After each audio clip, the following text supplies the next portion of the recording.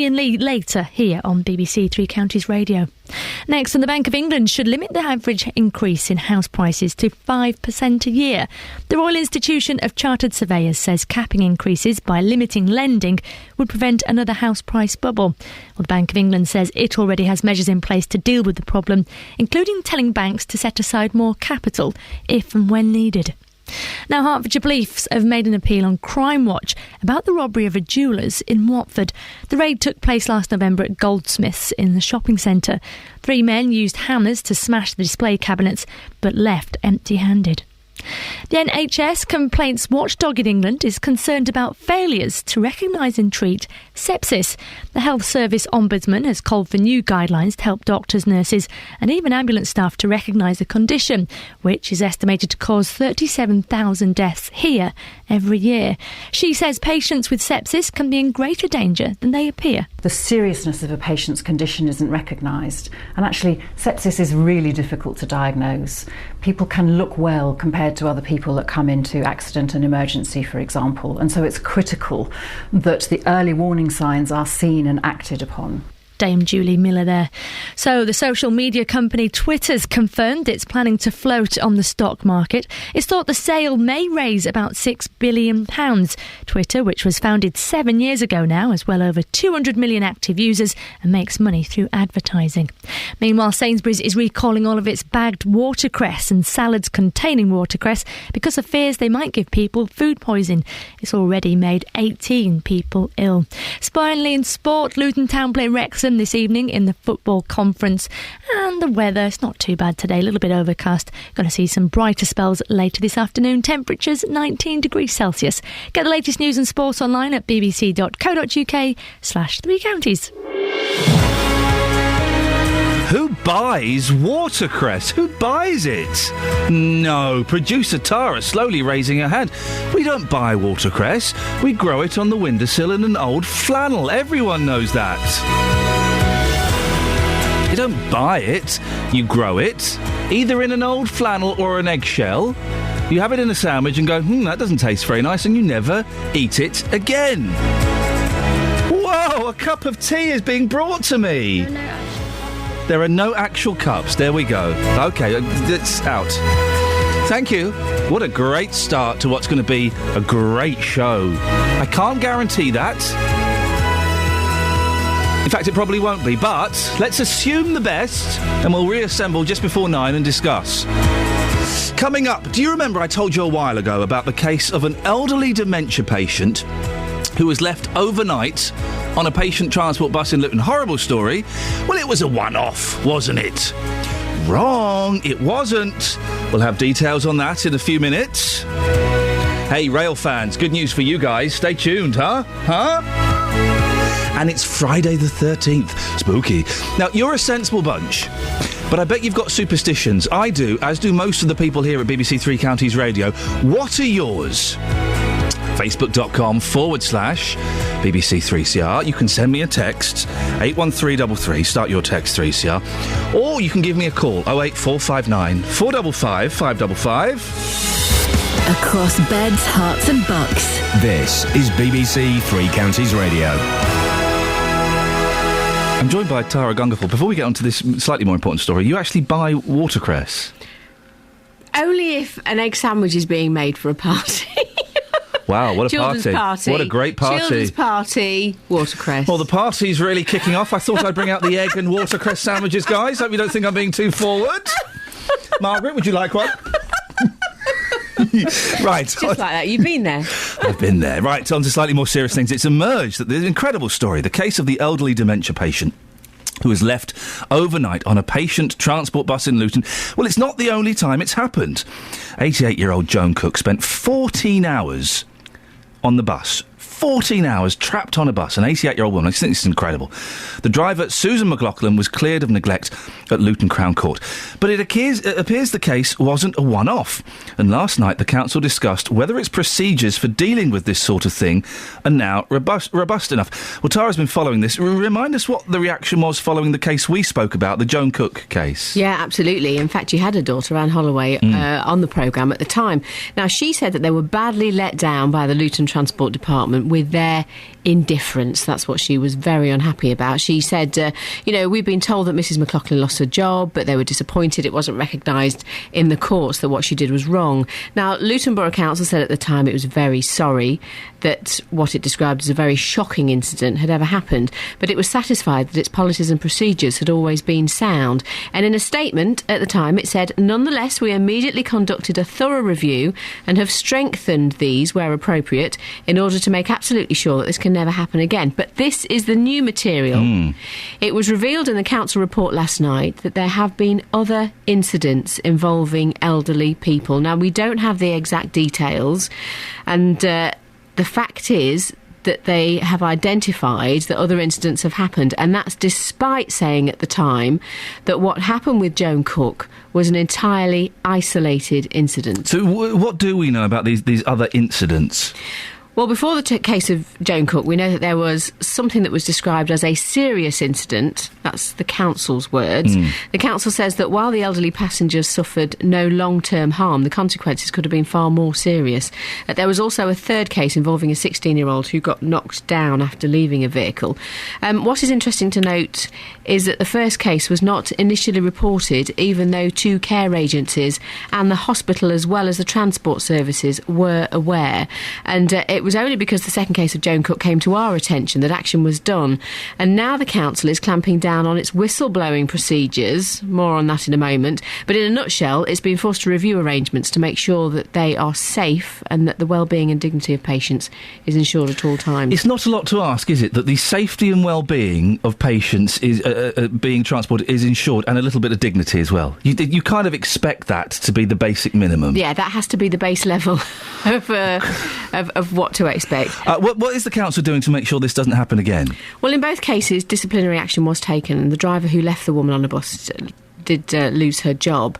Now, the council says, and you talk about, a base level of what should be expected. The council says drivers now have to check every seat is empty at the end of their shift by physically clicking each seatbelt into place. Right. That seems a little bit over the top. Surely one can check that. Click. Surely you can walk through a bus and see that seat's empty. Yeah, those seats are empty. Just have a quick look underneath. Yeah, everywhere the bus is empty. That's all you need to do, isn't it? Yeah, we're not talking about a bag being left on a bus. We're just checking to make sure there's no actual people. Person. Okay. So that's what they've suggested, and despite the incidents, the details of the first incident still not having been made public, all council workers, as I say, have been warned against whistleblowing to the press in the future. Now, the council wants to encourage staff to raise concerns. However, it says contact with the press may compromise client confidentiality. Well, that's rubbish. But let's just look at this, because I've already mentioned the fact that this first case that we didn't initially know about. And that wasn't reported. It wasn't reported even though 2 care agencies and the hospital as well as the transport service were aware. So does that mean that, there were people who were working there who thought, well, hold on, they already knew about it, but it didn't go any further than that. So perhaps we need to do something different, which I presume is why somebody came to us in the first place with the story about Joan Cook. So perhaps they weren't happy. I thought in the light of everything that was happening with Staffordshire, the Health Trust and all these things, that whistleblowing was kind of being encouraged. If someone spots something potentially dangerous in their work environment, that we're supposed to embrace them, aren't we, if they come out and say something? And also, wouldn't it affect patient confidentiality if no names are mentioned? Yeah, well, you would imagine that. However, if you go to a shop, for example, and you're not happy with something, yes, a service that's been given, you usually should go back to the shop and say, yes, I'm not happy with that, let's let you put that right. However, with a local authority, what they're saying is come to us and make sure we can address it. But if you weren't then confident that they would address it properly, you would then go somewhere else. But they're saying come to us as the first Come to us and we'll sort it out and just keep the noise down a little bit. Tara, I think it's an incredible story. Thank you very much. I'll crack open the egg and cress sandwiches a little bit later on, if that's all right. Thank you. I'll phone Margaret. Yes, thank you. Bring her in. 08459 455 5... Oh, hang on a second. Stop everything. Hazel's in Welling. Good morning, Hazel. Good morning, I was about to go to John Paul Young, Love is in the Air, and then I saw your name on my screen. What's wrong? When did you last grow watercress on a flannel or in an eggshell? It would have been 1976. It would probably have been never, because you What? grow watercress in a river. Beg You your can pardon? grow mustard and cress on a flannel or in an eggshell. Hang on a minute, Hazel. Let's not start off on a sour note. Are you trying to tell me there are different types of cress? Yes. Yeah, whoa. Watercress has large leaves. Yes. Mustard and cress is a little white stem with a tiny little green top. Either way, Hazel, why would anybody go and buy cress? It doesn't taste very nice. It does. Watercress tastes lovely. It's peppery. Can you grow it in an eggshell? No. Okay. Is that really... You wouldn't get it in an eggshell. It's too big. My possible, I'm not admitting this, my possible mistaking one cress for another, is that really got you so angry that you've decided to phone in at 10 minutes past 6 on a Friday morning? Yeah. Thank you very much, Because you Hazel. made yourself sound like a Wally. Oh, bless you, Hazel. Thank you very much for correcting me. Okay. Although I think you're wrong. Thank you, Hazel. Well, there we go. That's what's got people angry. Cress. Love is in the air, everywhere I look around. Love is in the air, every sight and every sound. And I don't know if I'm being foolish, don't know if I'm being wise, but it's something that I must believe in. And it's there when I look in your eyes. Love is in the air, in the whisper of the tree. Love is in the air, in the thunder of the sea. And I don't know if I'm just dreaming, don't know if I feel safe, but it's something that I must believe. And it's there when you call out my name.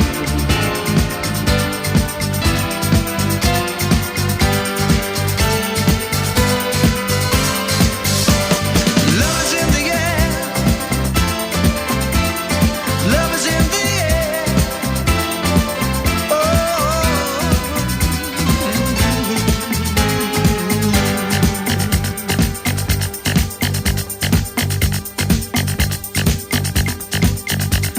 love is in the air, in the rising of the sun. Love is in the air, when the day is nearly done. And I don't know if you're illusion, don't know if I see it true, but you're something that I must believe in. And you're there when I reach out for you. Love is in the air, everywhere I look around.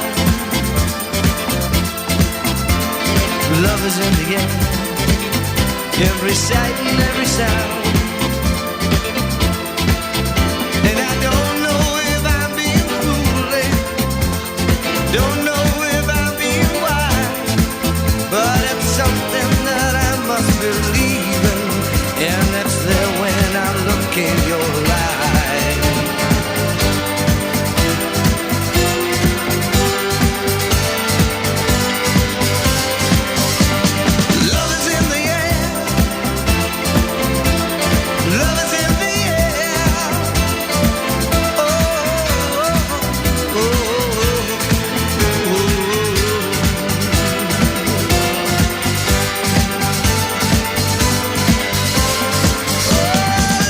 Look past the cheese. Look past the cheese.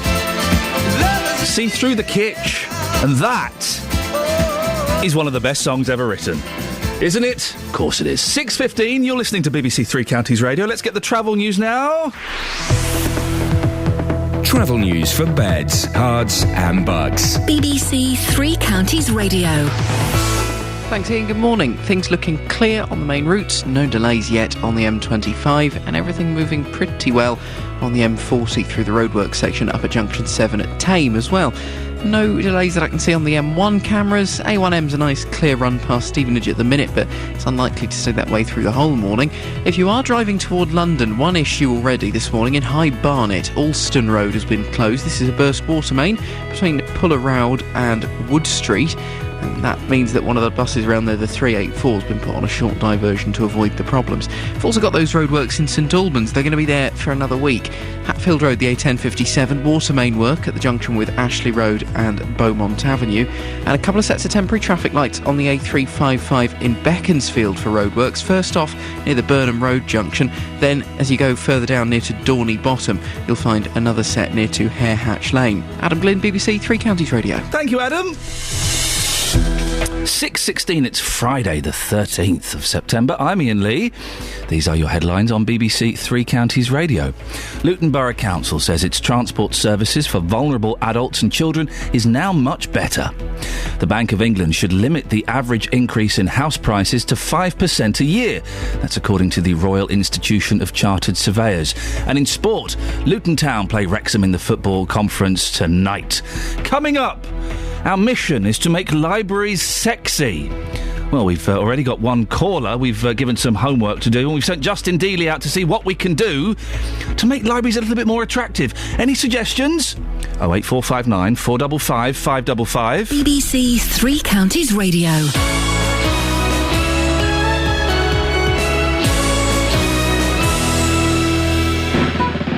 Nick Coffer. Today, I'm stepping back in time to the golden age of steam. It's the Bedfordshire Steam and Country Fair at Old Warden Park near Biggleswade, and I'll be there from midday. Nick Coffer. I'm going to be having fun on an old fairground ride, trying my hand at falconry, bringing you live music and learning all about the beautiful vintage steam engines. Nick Coffer. Live from the Bedfordshire Steam and Country Fair at Old Warden Park.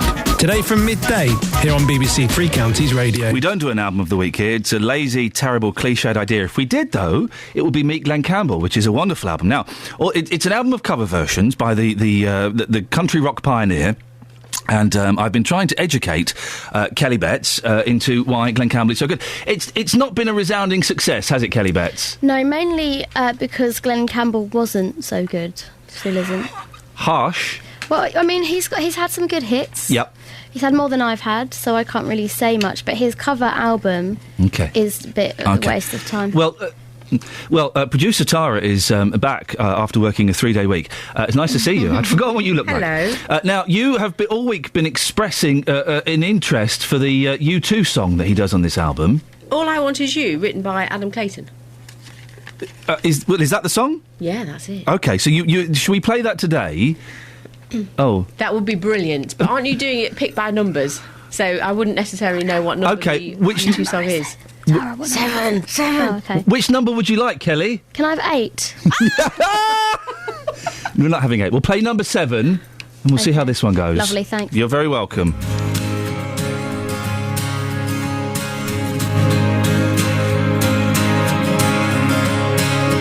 You say you want diamonds on a ring of gold. You say you want your story to remain untold, but all the promises we made, from the cradle to the grave, when all I want is you.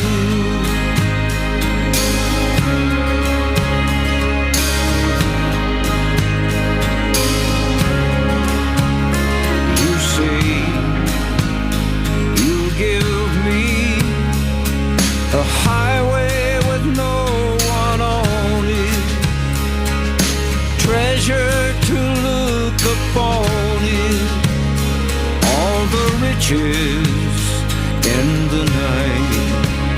You say you give me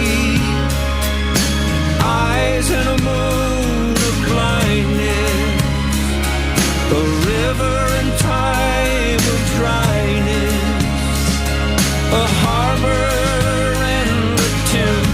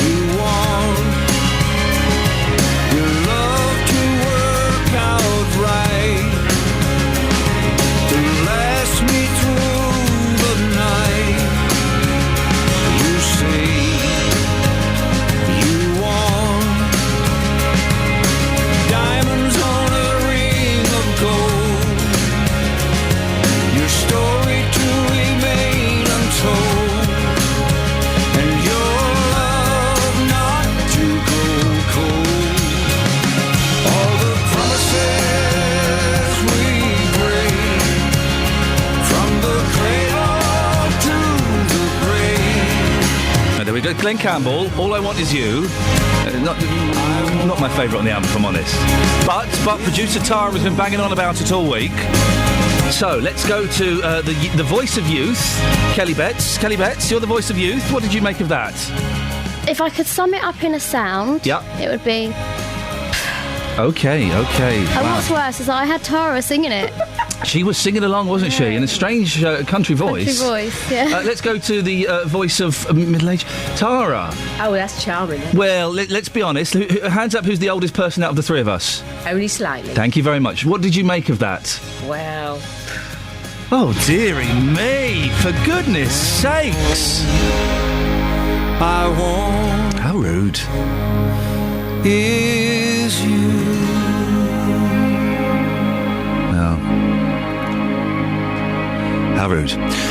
Hey, Three Counties, we are on a mission here to sex up libraries. I love libraries. I just think they're a little bit old-fashioned. We need to do something. Are libraries becoming relics of another age?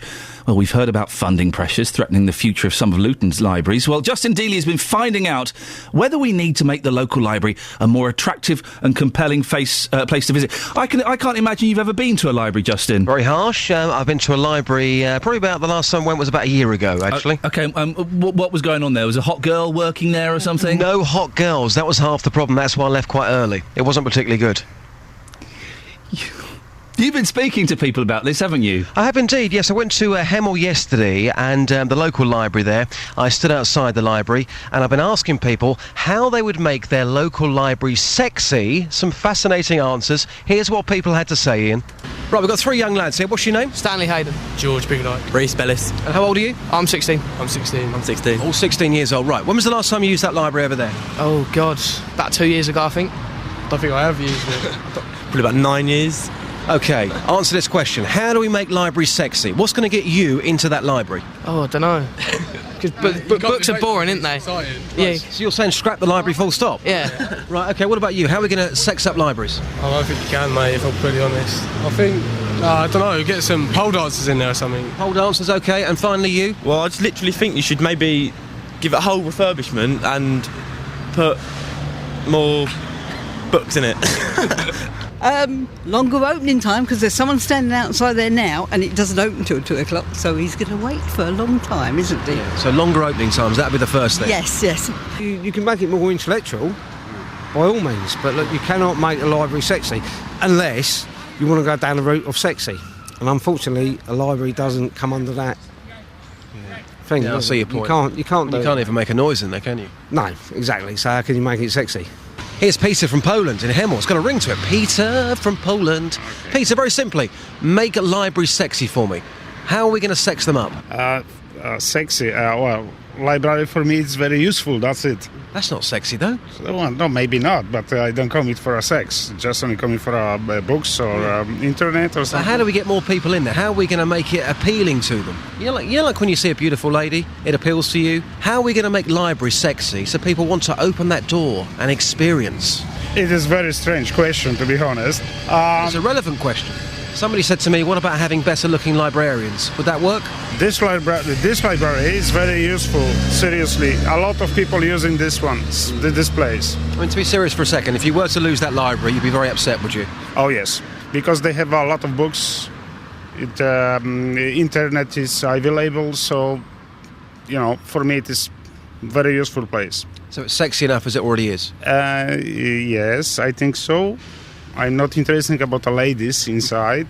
OK, well, there's some differences of opinion there. Thank you for that, Justin, up to your usual high standard. We can speak now to Colin in Dunstable, who's a listener to the show, and we were speaking about libraries earlier in the week, weren't we, Colin? We certainly were, sir. You are a big fan of libraries. Yes. How often do you use your local one? It depends. Sometimes I go in there once a week, sometimes once a month or every couple of months. They're an important resource, aren't they, to have? They certainly are, yes. Why do you think they're so important? Because of the amount of information that is there on all different subjects. Books is knowledge, knowledge is power. Yeah, but it's also community information and things like that. Well, Colin, I set you some homework a couple of days ago, and you have very bravely taken up the challenge, and you've come back on the air. I asked you, how do we make libraries sexy? I don't think you can. Oh. You had 48 hours research, and that's what you've come back with? No. I mean, at Dunstable, there are all sorts of clubs for all sorts of ages. There's help with the internet. There's help with job searching. All sorts of things. All sorts of little events go on for all sorts of ages. We've got lots of reading help for families. There's a myriad of things going on. Do you think that's part of the problem, Colin, is that people don't know just what's... Sorry? Excuse me. Are you okay? Yep. Yeah. You think that people don't know what's available to them in libraries? They think it's just full of old men coughing. Yeah. I mean, no. Not old men coughing at all. It really is. I mean, while I was in there yesterday, about 4 or 5 o'clock, a couple of middle school children came in asking about facilities. Oh. But there's a teenage section with a dedicated teenage area where they've been doing a lot of. There's been a lot of help on some entertainment. Colin, we had speaking of teenage and entertainment, we had a couple of young lads there. One of them suggested get pole dancers in. Now, at first, it sounds like a flippant throwaway comment, but maybe libraries at lunchtime could, or they could open a little bit later and have kind of adult-themed entertainment. I don't think that would be too good. No, you wouldn't want to see, a pole dancer writhing around the Jackie Collins. Well, I'm not through the biographies. I wouldn't, but I don't think it's going to happen somehow. Colin, listen, you've been a cracking sport. I really appreciate you putting some thought into this and coming back on the air. Thank you. Speak to you soon. Colin in Dunstable doesn't think we can necessarily make them sexier.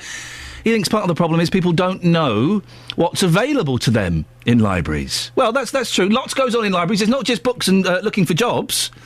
I'm determined, though. I know we are missing a trick here. I just don't know what that trick is.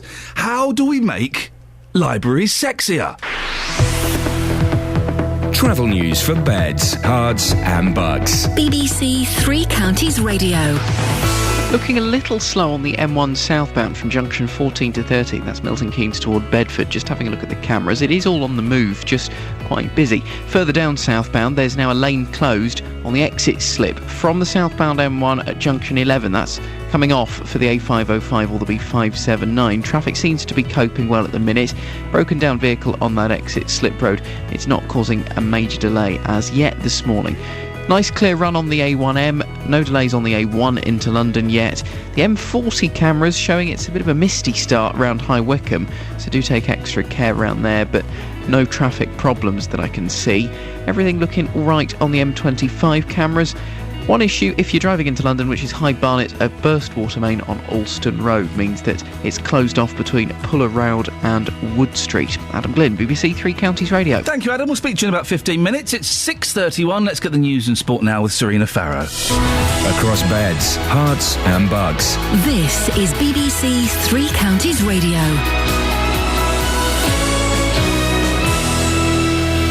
Good morning. Luton Borough Council says its transport services for vulnerable adults and children is now much better.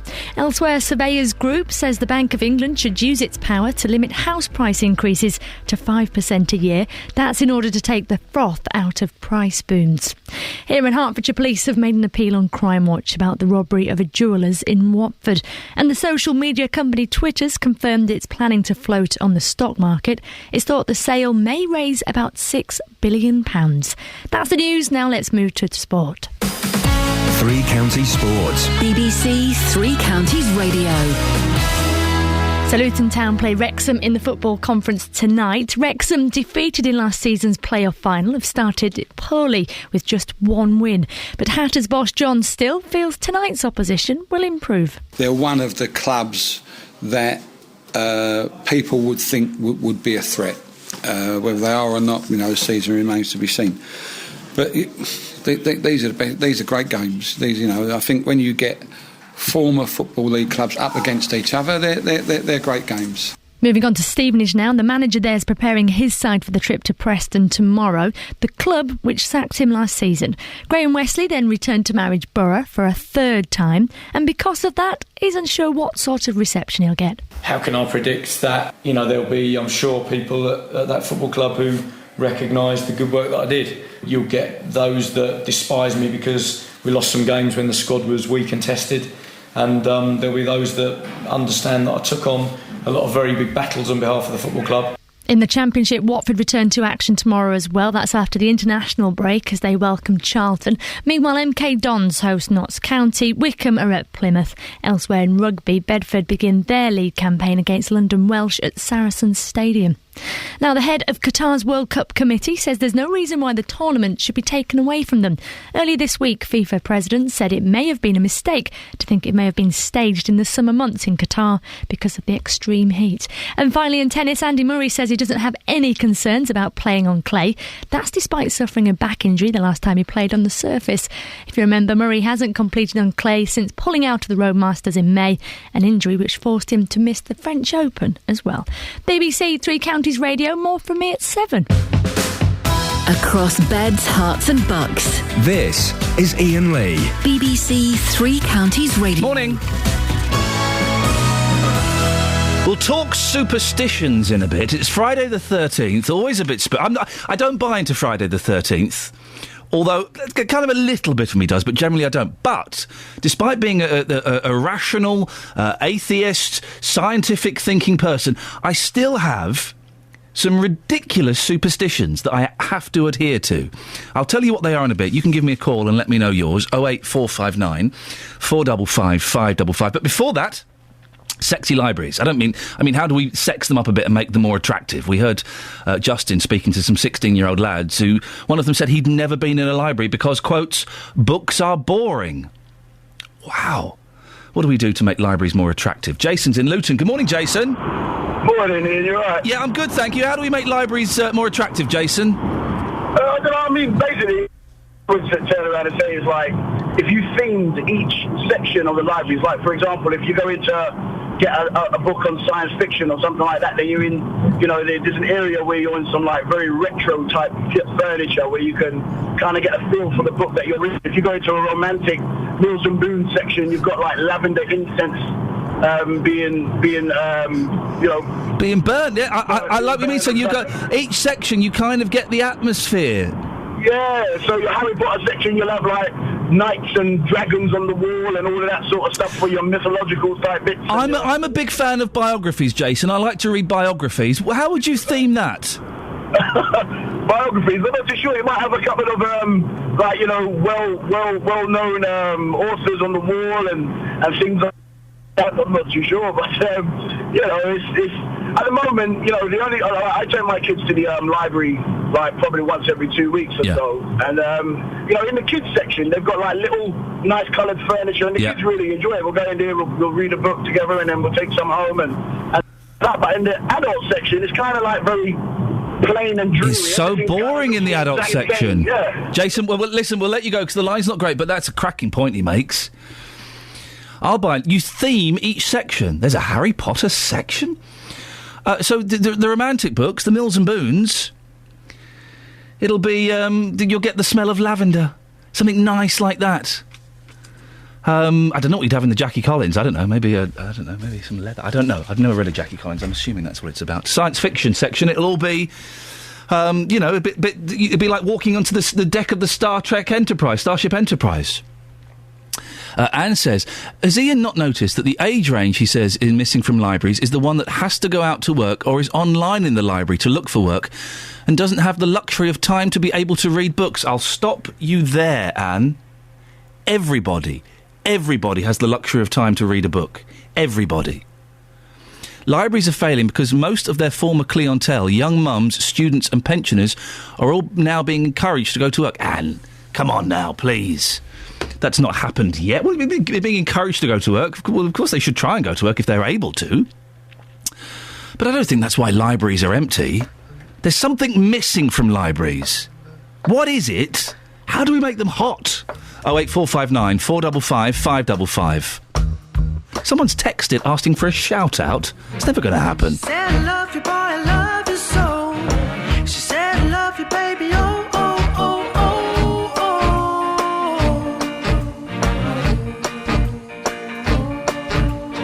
oh. She said, I love you more than words can say. She said, I love you, baby.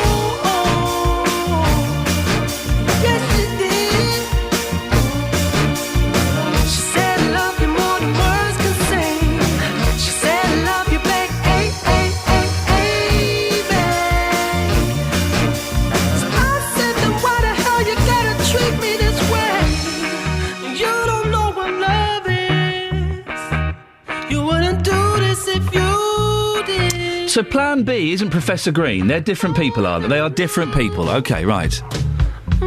Confuses me. And Plan B's a girl. OK, no, it's a boy. Right, OK. We'll get there in the end. Now, it's hoped that after 20 years of campaigning, a rail link between Bedford and Cambridge will finally be reopened. Dr Beeching closed the old Varsity line in the 60s, but after it was announced that the Oxford to Bedford line is coming back, campaigners say it's helped their cause to link the final bit. Well, the idea has even been welcomed by Bedfordshire Chamber of Commerce. But will it actually happen? Patrick O'Sullivan is a consultant for the East West Rail Consortium. Morning, Patrick. Is this going to happen?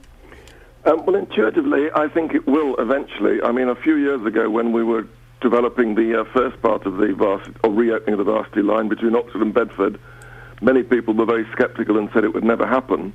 But because we've been very successful in getting that funded and work is now underway to reopen that part of the railway, it's rather given us some encouragement to think that we can actually get it now all the way through to Cambridge. So the Oxford to Bedford link, how significant is that in your cause? Well, it's absolutely essential. I mean, without that, there is actually very little point in reopening the railway between Bedford and Cambridge. So, yeah, it's absolutely vital. Why are you so passionate about the Bedford to Cambridge rail line? Why is it so significant?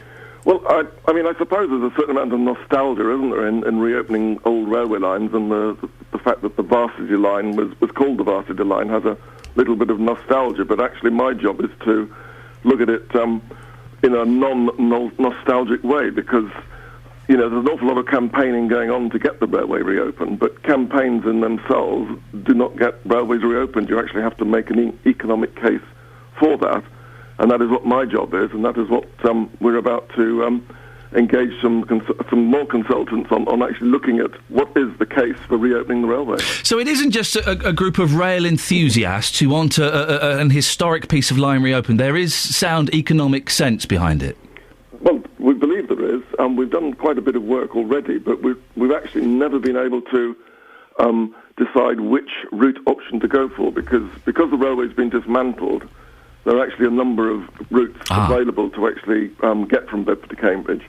And we've never actually been able to agree amongst ourselves which is the best option. So now the work that we're about to start is to actually look at the whole economic activity that's going on in East Anglia, if you like, and just see where are the points of growth and how can transport help the area to grow. And from that will emerge a priority of links, whether we join Bedford straight to Cambridge or do we go from Bedford to Sandy, and then the next phase would be Sandy to Cambridge, and various variations on a theme. So it's important to have the support from rail enthusiasts, but at the end of the day, our job is to, as I say, make an economic case for it. What will the benefits of reopening the line be? How much would it cost, Patrick? It will be expensive, I have to say, because it's going to be a brand new railway. Unlike the Oxford to Bedford, which is making use of reinstating railway that was already there, this is going to be a brand new railway across Virgin Territory. So we're probably looking at something approaching 800 to nearly probably £1 billion, I'm afraid. So the benefits have to be very, very high in order to mitigate that cost. Wowzers! £1 billion! I suppose compared to what's potentially going to be spent on HS2, it's chicken feed, isn't it, really? Oh, it is, yes. Who decides? What happens now? Well, once we've completed our work towards the end of this year in terms of looking at the economic case for it, we are then going to be working with Network Rail to actually draw up detailed plans on the actual alignment and the cost, and then do a very much more detailed business case for that, and then we would then submit that to the Department for Transport with a view to getting it funded within the Department of Transport run their programmes in 5-year cycles. So the cycle that we would be looking for would be from 2019 to 2024. So we're looking at, over the next 5, 6, 7, 8 years, getting the scheme funded, and hopefully just follow straight on from the completion of the Oxford to Bedford Railway. Patrick, appreciate your time this morning. Thank you very much. Well, let's speak in 2019, if not before. That's Patrick O'Sullivan, who is a consultant for the East West Rail Consortium. It's coming up to 6:45. I'm Iain Lee. This is BBC Three Counties Radio. Let's get the latest travel news now with Adam. Travel news for beds, cards and bugs. BBC Three Counties Radio. Things still looking a little misty on the M40 round High Wycombe on the cameras, but traffic levels quite light. As you make your way into London, the M40 is running well this morning. A1M is looking good on the cameras, but the M1 busy in a few spots. Southbound, there's a lane closed on the exit slip road at junction 11 for the A505 and the B579. This is a broken down vehicle on that exit slip road. Traffic does seem to be getting past it without too much trouble, but it's looking slow nonetheless. And indeed, the main carriageway is looking quite busy as you continue down toward London past junction 10 and 9, off toward Hemel Hempstead. It's looking a wee bit busy further back as well, junction 14 to 13, Milton Keynes to Bedford, though I can't see that there's been an accident or an incident on the camera around there. I think it's just general traffic. We're doing all right on the M25 through the roadworks section. One issue if you're driving into London, it's Alston Road in High Barnet, which is closed because of a burst water main. Adam Glynn, BBC Three Counties Radio. Thank you, Adam. 6:46 exactly. It is Friday the 13th of September. I'm Iain Lee. These are your headlines on BBC Three Counties Radio. After an elderly patient with dementia was left on a transport bus in Luton overnight, the council says it's now improved that service. A surveyors group says the Bank of England should use its powers to limit house price increases to 5% a year to prevent another housing bubble. In sport, Luton Town play Wrexham in the Football Conference tonight. Coming up, Friday the 13th. Are you superstitious? I'm a rational, scientific person, and yet, I've still got odd superstitions that I have to abide by. 08459 455 555. We'll talk about that and more. But first, let's get the weather with Elizabeth Rizzini. Beds, Herts and Bucks weather. BBC Three Counties Radio.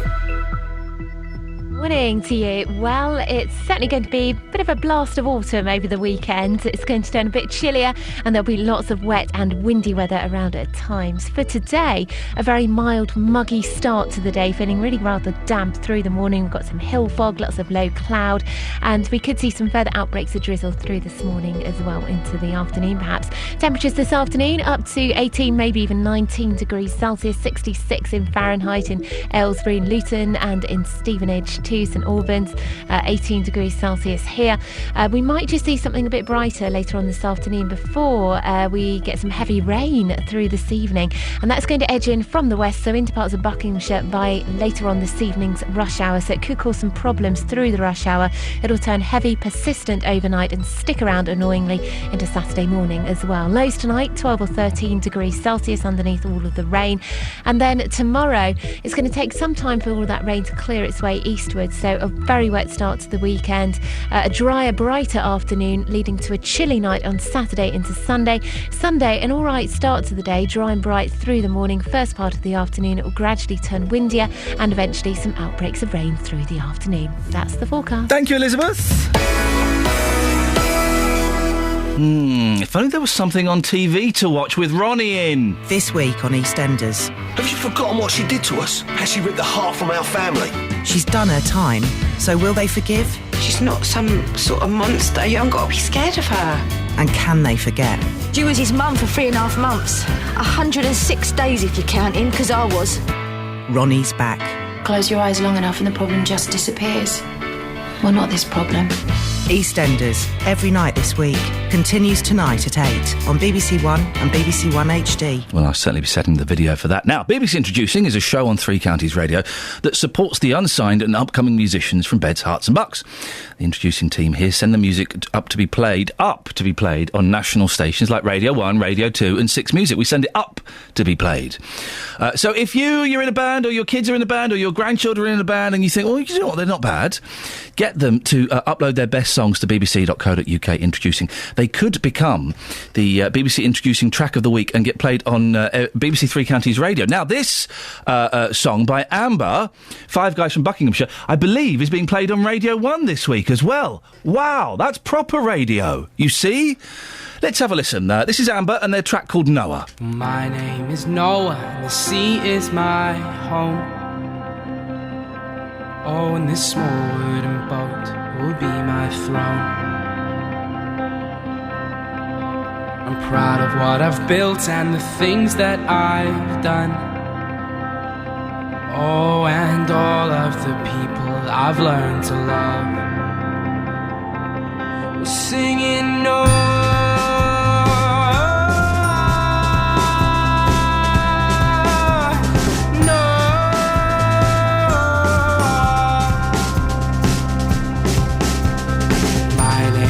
Judas, my eyes are tied.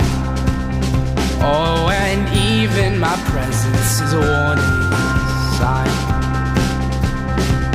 that wherever you go and whatever you do, oh, your past will always follow you. Singing no.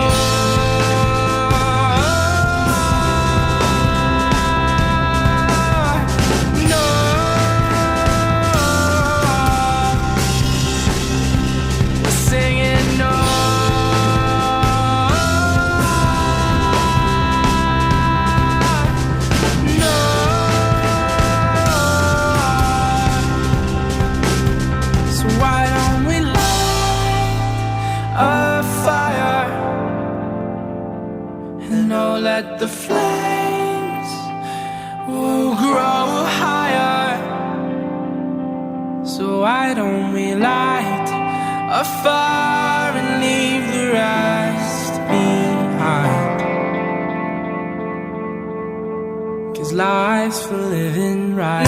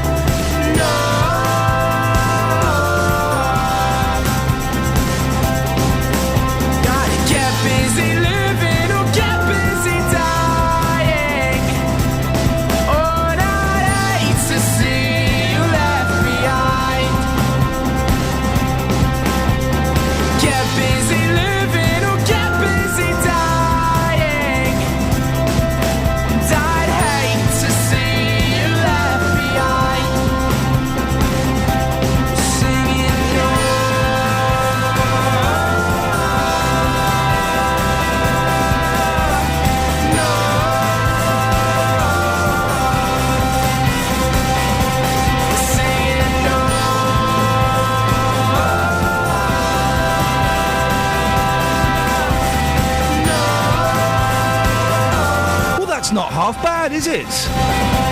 That's not half bad at all. That's Amber, they're from Buckinghamshire. Their track's called Noah. It's been played on BBC Three Counties all week. It's also been played on BBC Radio 1.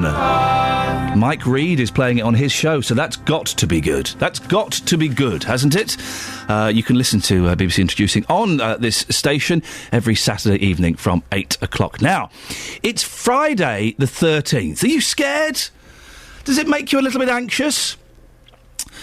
Well, some people take this very, very seriously indeed. Justin, are you superstitious at all? Sometimes, yes. I mean, today, obviously, I know about the date, so I'm a little bit cautious, but on the whole, Ian, I don't really take Friday the 13th particularly seriously, put it that way. You've been talking to people this morning. Are the listeners to this show a superstitious bunch? Well, I've been out this morning, very, very early, asking people if they are scared. I know, if they're scared, and here's what people had to say. Are you boys all right today? We are, yeah. Fine, yeah. You sure? Yeah. It's Friday the 13th. Yeah, so what? Just another day. Do you care? No. Any superstitions that you do believe in? Walking under a ladder. So if you did do that, would you then be in fear of what might happen next? For about an hour. And what about yourself? No, none at all. You don't believe in anything like that at all? No, not at all. If you two were walking down the street then, and there was a ladder, you wouldn't walk under it, but you definitely would walk under that ladder? Yeah, definitely. You're a hard man, aren't you? Not really, no. Sandra, today, you look quite happy, but deep down you must be quite scared. Yeah, because you've stuck a microphone in my face, yeah. But today, I mean, it's quite significant. Friday the 13th. Exactly. I'm not superstitious. Not in the slightest? Not in the slightest. So you would quite happily stand here on the streets of Bedfordshire and you'd smash a mirror, would you? Yes. Do you quite happily walk under a ladder? Yes. You don't care, do you? No. Do you think people who care about today are nutters? Yes. Justin, I've just had an idea. We're going to tempt fate. Could you just somehow get hold of a small hand mirror? Oh, just a small little one. Yes. And can you find someone to stamp on it and crack it? Yes, as long as it's somebody else and not me. I did it once, and for the next year or so, everything I did, I thought, you know what, it's down to that mirror. Something's gone wrong here because I smashed a mirror. But if it's somebody else, that's fine by me. Get a small hand mirror. I'll give you the money for it. And we'll talk later on, because I know you are. You are a little bit superstitious. We'll talk about your Hare Krishna elephant later. Yeah, no problem. Justin, thank you very much indeed. Let's see if we can find someone who's brave enough to smash a mirror. Let's talk to Alec Gill now, who's an expert in folk history and superstitions. Alec, what is it about Friday the 13th? Why is it so significant to us? Well, it's a good one, and it's got lots of history. Because how it began, Ian, was there were two separate strands, two elements. There were a load of taboos written about Friday, and then a load of separate taboos about the number 13. Mm. And then I haven't found the source, but in about 1913, some journalist, somebody in the media like yourself, brought the two together and thought, it's a double whammy sort of thing. Oh, is it that recent then? I thought it would go back centuries, the Friday and the 13th together. Separately they do. Right. Yeah. And so there's lots of history. And you see, the thing is, the reason I believe there's not got this negative connotations is because we live in a Christian society, and for 2,000 odd years, and but whereas a lot of these ancient beliefs predate Christianity, right, to our pagan past, to our rural workers, and all the rest of it. You see, I can go into it if you wish. Well, we're running out of time slightly, and I want to ask you about a few more things if I can. Okay. The smashing of the mirrors, where does that originate? Well, I mean, that's a 7 years bad luck. Yep. And in the olden times, it was believed that our body renewed itself every 7 years, so then the luck would have worn off by then. Interesting what your correspondence, your chap said about the feeling bad for a year. Mm. But the mirror, you see, when you peer into a mirror, you're seeing your reverse image, and you're reflecting on things, and you're not seeing the true image. Mm. Everything's left is right, and vice versa. And so there's mirror magic, you see, and gazing into the crystal ball. And looking into the glass darkly. I am a very scientific, rational person, Alec, but I will not put new shoes on a table, and I salute a magpie and say, hello, Mr. Magpie, how are your wife and children? Where does the magpie thing come from? Because I know loads of people who do that. They do. And I saw two the other day. I was cycling through... one for sorrow, two for joy. Yeah, two for joy. So I felt good about that. But some people in some parts of the country see one magpie for sorrow, and the spit, they salute it, in that respect. But I've got a whole chapter in my new ebook on the topic about the birds are winged messengers. And going back to Roman times, they were seen as auguries, you had a whole profession or belief system around birds, because birds, their behaviour, a bit like cats, are unpredictable. Yeah. And it's because of this uncertainty and randomness, like throwing dice. We invest a lot of divination into it, and because they can fly up to the heavens or whatever, we feel they're winged messengers of the gods. Alec, listen, we are out of time. Give your book a quick plug. What's it called and how can people get it? Well, it's based on my research about Hull's fishing community, but it's called Superstitions by Alec Gill, and it's on e-books. Alec, listen, we'll get you on at a later date to have a longer chat, because I find all of this stuff fascinating. I will not put new shoes on a table. It's going to bring death into the house, and I always salute the magpie. What do you do? I know you're a rational bunch listening to this. What are your superstitions? I won't laugh at any of them. Well, maybe a couple. 08459 455 555. Travel news for beds, cards and bugs. BBC Three Counties Radio.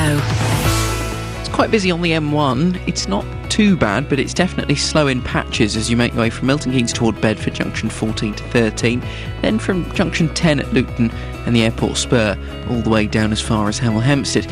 There's a problem on the southbound exit slip as well at junction 11, the A505. A broken down vehicle means there's one lane closed on that exit slip road. Traffic seems to be getting past without too much trouble. If you're driving into London through High Barnet, Alston Road is closed because of a burst water main near Wood Street. Things looking pretty good on the trains and the tubes though. No late runners, no major problems or delays. Adam Glynn, BBC Three Counties Radio. Thank you, Adam. So, one elderly patient left on a bus overnight. Oh, no, that won't happen again. Everything's fine. Well, is it? Is it really? We'll find out more after the news. Local and vocal across beds, hearts and bucks. This is BBC Three Counties Radio.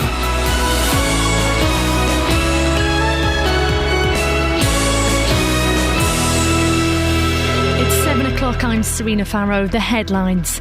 Vulnerable people improve their service in Luton. Opening of an old rail link in Bedford, and why watercress may be poisonous. BBC Three Counties Radio. Now, after an elderly patient with dementia was left on a transport bus in Luton overnight, the council says it's now improved that service. There have been a number of incidents, including a 16-year-old getting knocked down after leaving a vehicle. Tony Fisher has more. The council was forced to examine its safety procedures after the woman was left on the bus, but a review says a serious unreported incident had already happened. In both cases, disciplinary action was taken and the driver who left the woman on the bus lost her job. The council says drivers now have to check every seat is empty at the end of their shift by physically clicking each seatbelt into place. And despite the details of the first incident still not being made public, all council workers have been warned against whistleblowing to the press in the future. Well, stay listening as Dr John Beer from Action on Elder Abuse will be outlining how the councils improve their services to Iain Lee straight after this bulletin here on BBC Three Counties Radio. The NHS Complaints Watchdog is concerned about failures to recognise and treat sepsis. The Health Service Ombudsman has called for new guidelines to help doctors, nurses and ambulance staff recognise the condition. It's thought to cause 37,000 deaths in the UK every year. Well, Dame Julie Mellor says patients with sepsis can be in greater danger than they appear. The seriousness of a patient's condition isn't recognised, and actually sepsis is really difficult to diagnose.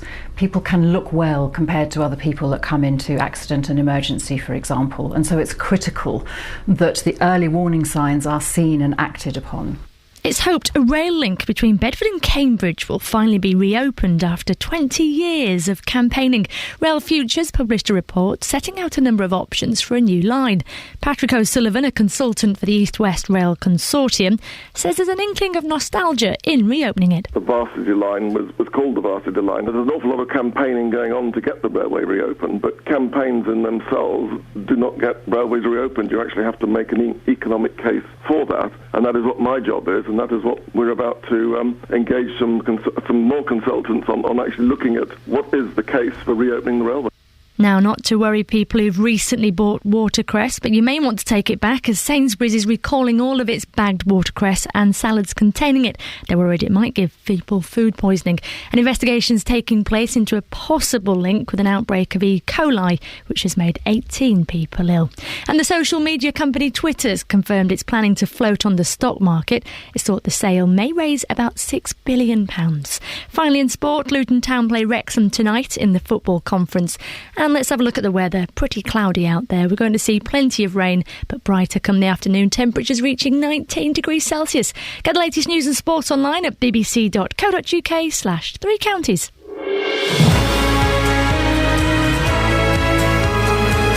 Good morning. This is Iain Lee on BBC Three Counties Radio. It's 3 minutes past 7. It's the weekend. I'm quite excited tonight. Guess what house I'm going into? I'm going into the Big Brother house. Not entering as a contestant. I'm going in after they've all cleared up. I'm quite excited about that. I've never been inside the house. I've been behind the glass where the cameras are, but never inside the house. Part of me has got a little bit, Lots coming up on the show this morning, including, do you remember I told you a while ago about the case of the elderly dementia patient who was left overnight on a patient transport bus in Luton? Well, it was a one-off, wasn't it? Everything is fine. Wrong. We've got details on that shocking story. Hey, rail fans. Got some exciting potential news for you. And it's Friday the 13th. Now, I know you are a sensible bunch, but I bet you've got superstitions. I have. I won't put new shoes on the table, and I always salute a magpie. Hello, Mr. Magpie, how are your wife and children? What do you do that is completely irrational, but you feel compelled to do it? Facebook.com/BBC3CR. You can send me a text, 81333. Start your text 3CR. Or you can give me a phone call, 08459 455 555. Across beds, hearts and bucks. This is BBC Three Counties Radio. Lots of phone calls this week. I like it. I like it when you call in. It's more fun, I think. And it's better to have a little discussion, possibly an argument, but a friendly one. It's better doing it on the phone than it is over Facebook or emails, I think. So 08459 455 555. Now, last year, an elderly dementia patient was left overnight on a patient transport bus in Luton. An incredible story that we featured on the show. 88-year-old Joan Cook spent 14 hours trapped on the bus. The driver, Susan McLaughlin, was cleared of neglect at Luton Crown Court. Well, it's emerged this wasn't the only serious case like this, and last night the council discussed whether its procedures for dealing with this sort of thing are now robust enough. Joined by Dr. John Beer from Action on Elder Abuse. Good morning, John. Morning, Ian. The case of Joan Cook was pretty shocking. An 88-year-old woman left on a bus overnight for 14 hours. Absolutely. I mean, I think the words you used earlier, incredible. You can't think how this could possibly happen. And we're not talking about a 50, 60-seater bus here. We're talking about a relatively small bus. Surely the driver's ultimate job is just to check that the bus is empty when they finish. And how the driver could miss this. And as you said, this is not the first time it had happened. And I'm still left scratching my head as how to you get off a bus and you don't see there's an old lady there. They've introduced new measures where the driver has to check every seat by clicking each seatbelt. Well, that seems ridiculous as well. Surely you just walk up and down the bus, looking at all the seats, maybe looking underneath the seats just to make sure no one slips down. That's all you need to do, isn't it? Well, you would have thought so, wouldn't you? You would have thought the final thing that you do is to do that. I mean, they have a list of addresses. They have to take people to certain places. It's not like, they get to the bus stop and everybody gets off. It's their duty is to see people into their own homes and to make sure they're safe. So it's not just I didn't see the person there. It's I didn't do my job at all. And that's why it seems so bad. What we didn't know, despite the council saying this was an isolated incident at the time, was there had been another unreported case before that of Joan Cook. Indeed, and that is the problem about when these things are hushed up, no proper action is taken at the time. If we were taking the care of older people seriously, and I don't think we do, then the first time it happened, there would have been a proper investigation. People would have said, how could this be? And something would have been done. I agree with you. Clicking the seatbelt seems to be ludicrous. I mean, it's about saying to the driver and training the drivers, your job is to see that everybody gets into their own home, and you don't go home until that's what you've done. The thing that concerns me slightly about this, one of the many things that concerns me, is the council is now warning its staff about whistleblowing to the press, basically saying, don't do it. But if the staff don't whistleblow, then we might not hear about some of these stories, and they might go completely unreported. Exactly that. I mean, I think everybody has a duty to whistleblow. I mean, if this was children, can you imagine? I mean, this is the problem, I think. If this was children and an employer was saying, look, if a child gets hurt or neglected or badly treated in some way, we don't want you to tell anybody in case it looks bad. I mean, that wouldn't be acceptable with children, would it? But with older people, we bend their attitude. They're not quite so important. They're not so vulnerable. If this had been a child, this would have been national, wouldn't it?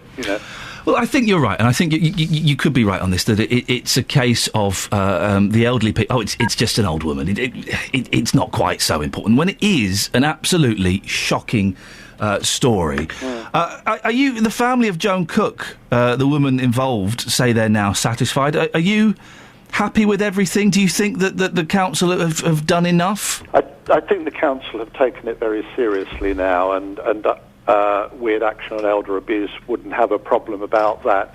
I mean, what we're trying to do is to get to the issue about the abuse of older people regarded as importantly as that of children. There's 500,000 incidents of abuse of older people each year that we reckon we know about. There will be more.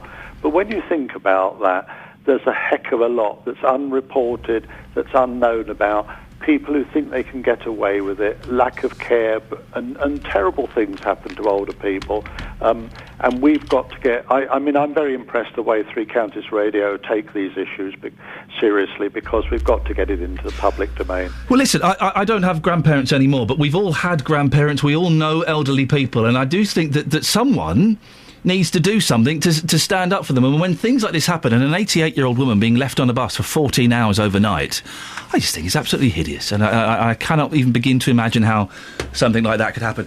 John, it's very nice to talk to you. I appreciate your time this morning for coming on, so thank you very much for that. 08459 455 555. Call 08459 455 555. BBC Three Counties Radio.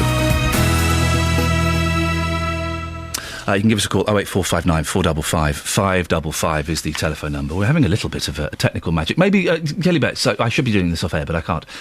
Maybe we could just close that Radio Man and just see if this one perks up again, and if it doesn't. Oh, it's exciting, the computers have gone funny. I know, who'd have thunk it? But I have two computers in this studio, and both of them at the same time decided to pack up on me? Pack in on me. Pack up on me. That's the saying, isn't it?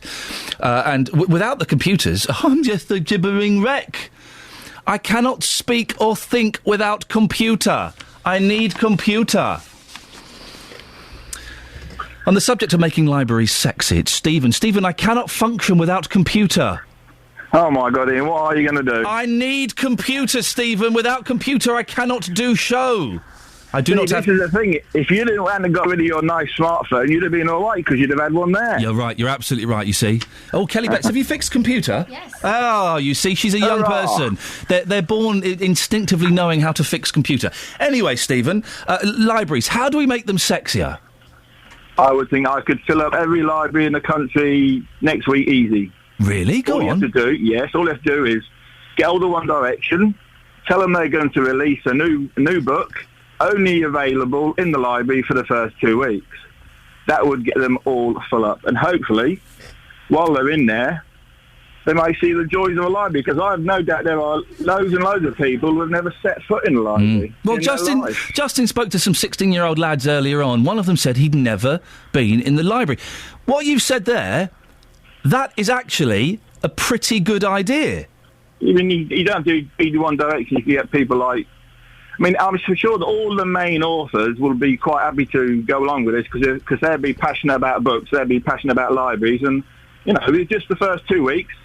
They'll all go in, because everybody will go in there, and hopefully while they're in the library, if you've never been in before, they'll go, ooh, this is quite nice in here, because, I can look at that, look at this, and look at everything else. That's not a bad idea. And also, to make it easy, I think there are 5 members of One Direction. I'm not too hot on the boy band. Oh, yeah. No. But all 5 of them go to different libraries throughout the country. They do a little tour of libraries for the month of October. We call it National Library Month. And you're right, they release a book. You can only get it in libraries in October, and there's a chance you might see one of the One Direction boys there as well. Wallop. Suddenly, you've got 5 million screaming teenage girls in libraries. That's a jolly good idea. I wish I'd have thought of that. Stephen, one day you will, but I'm claiming ownership of that. It's good, Stephen. That's one way of doing it. It certainly knocks my let's open a little coffee stall into a cocked hat, doesn't it? I'm serious about this. I know it sounds like my tongue is in my cheek. It's not. I'm serious about this. I love libraries. I'm very passionate about libraries, and I'm very passionate about how we get younger people into libraries. Now, my boys, hopefully, will always go into libraries because I've started taking them since they were, before they were toddlers. And we go in there a lot. Since we moved, our new one's not quite as good as the one we used to live nearby. But they will be brought up in the culture of going to the library and reading and getting books out and getting DVDs out and using it. Stephen's idea there, we get One Direction to release a library-available only book and pop up in a few libraries. Fantastic. And we'll still have the little coffee stall in the corner for the mums and dads. Yes? Yes? I need my latte. 08459 455 555 on the subject of Friday the 13th. You spooked out by it? Probably not. There'll be 1 or 2 of you that are spooked out by it a little bit. But let's broaden this slightly. Your superstitions. Now, I am, despite being a very rational, very scientific person, you won't catch me putting new shoes on the table. That was drummed into me by my mum. It's bringing death into the house. There's a jolly start to the morning, isn't it? Also, I won't walk under ladders, but that superstition comes from a practical point of view. It's not based on the Bible or paganism or anything. That's so you don't get paint dropped on you. Jason says, I can say Friday the 13th is a bad luck day, as I got married to my first wife on Friday the 13th. She was a bit of a Norman Bates. So when Friday the 13th comes along, I don't talk to any women that day. Oh, I'm a happy divorced man now. Happy Friday the 13th to all of you. And Warren says, bring it on. I don't have any superstitions. I'll walk under a ladder anywhere, anytime, any place. Well, we've sent Justin Dealey out to buy a hand mirror and to see if we can find one brave listener who will stamp onto that hand mirror and smash it. We're going to find anybody? 08459 455 555. It's BBC Three Counties Radio. Let's get the travel news now. Here's Adam Glynn. Travel news for beds, cards and bugs. BBC Three Counties Radio. Thanks, Iain. We're not doing too badly at all so far today. Everything moving nicely on the M25, even in the roadworks section. One problem on the M1 southbound. You've got a lane closed on the exit slip at junction 11 for the A505 and the B579. I'm just looking at the camera there right now. It looks like it might be a broken down lorry at the end of the exit slip road. Traffic seems to be coping pretty well getting past it up to all the traffic lights and the roundabout at the junction. We've got no other problems down the M1 other than general traffic build-up, and it is all at least moving on that southbound London-bound side. Northbound looking completely clear for the minute. M40 running well as well. Into London, you've got a burst water main in High Barnet. It means that the Alston Road is closed near the junction with Wood Street. Trains and tubes, they're running well. No delays on the departure boards. Adam Glynn, BBC Three Counties Radio. Thank you, Adam. 7:16. It's Friday the 13th of September. I'm Iain Lee, and these are your headlines on BBC Three Counties Radio. A 19-year-old has been found dead in Luton's Hastings Street. Elsewhere in Luton, patients are now getting a better transport service. That's according to the council. It comes after an elderly woman with dementia was left on a bus overnight. In sport, the head of Qatar's World Cup committee says there's no reason why the tournament should be taken away from them. Oh, yeah? Apart from the fact that football players will be playing in 50-degree heat? No reason. Earlier this week, FIFA President Sepp Blatter said it might be too hot there. 08459 455 555. What do we do to make libraries sexy? BBC Three Counties Radio.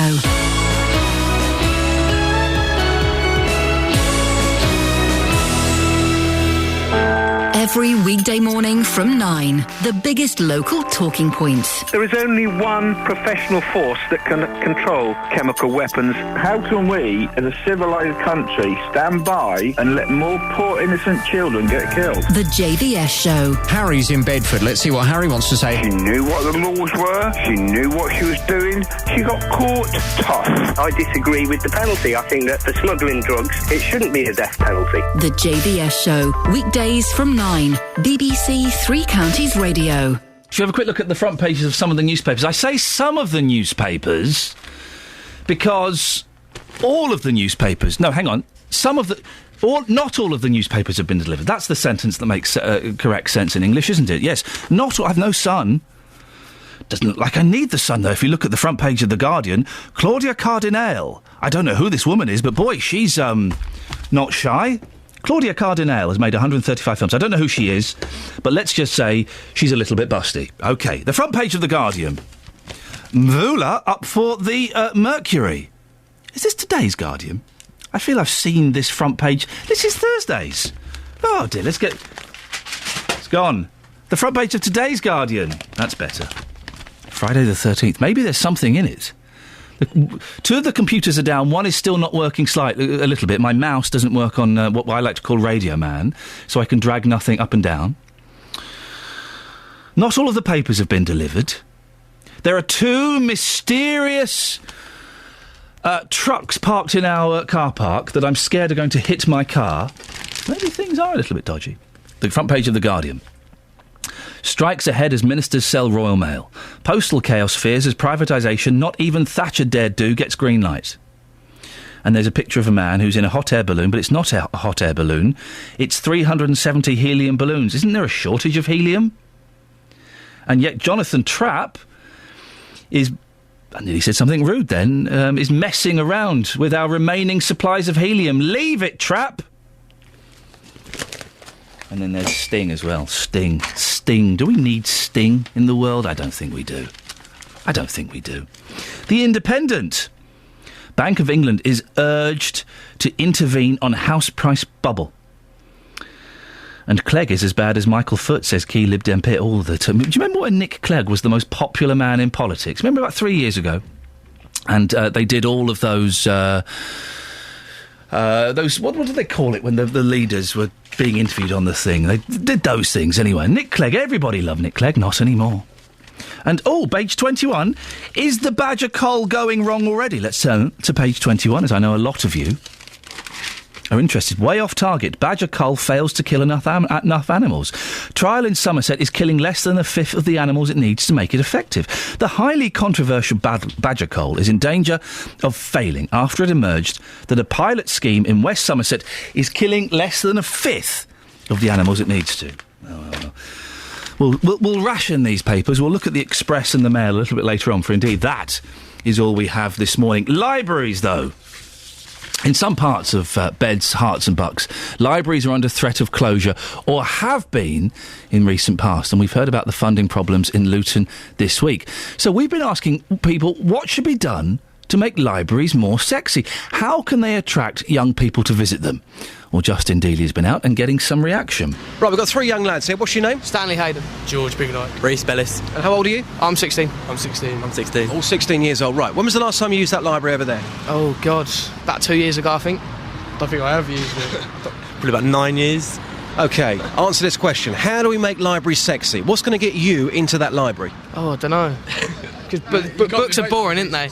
Yeah. So you're saying scrap the library full stop? Yeah. Right, OK, what about you? How are we going to sex up libraries? Oh, I don't think you can, mate, if I'm pretty honest. I think, I don't know, get some pole dancers in there or something. Pole dancers, OK, and finally you? Well, I just literally think you should maybe give it a whole refurbishment and put more books in it. Longer opening time, because there's someone standing outside there now and it doesn't open till 2 o'clock, so he's going to wait for a long time, isn't he? So longer opening times, that'd be the first thing? Yes. You can make it more intellectual, by all means, but look, you cannot make a library sexy unless you want to go down the route of sexy. And unfortunately, a library doesn't come under that thing. Yeah, I see your point. You can't even make a noise in there, can you? No, exactly. So how can you make it sexy? Here's Peter from Poland in Hemel. It's got a ring to it. Peter from Poland. Okay. Peter, very simply, make libraries sexy for me. How are we going to sex them up? Sexy? Well, library for me is very useful, that's it. That's not sexy, though. Well, no, maybe not, but I don't come it for a sex. Just only coming for books or internet or something. So how do we get more people in there? How are we going to make it appealing to them? You know, like when you see a beautiful lady, it appeals to you. How are we going to make libraries sexy so people want to open that door and experience? It is a very strange question, to be honest. It's a relevant question. Somebody said to me, what about having better-looking librarians? Would that work?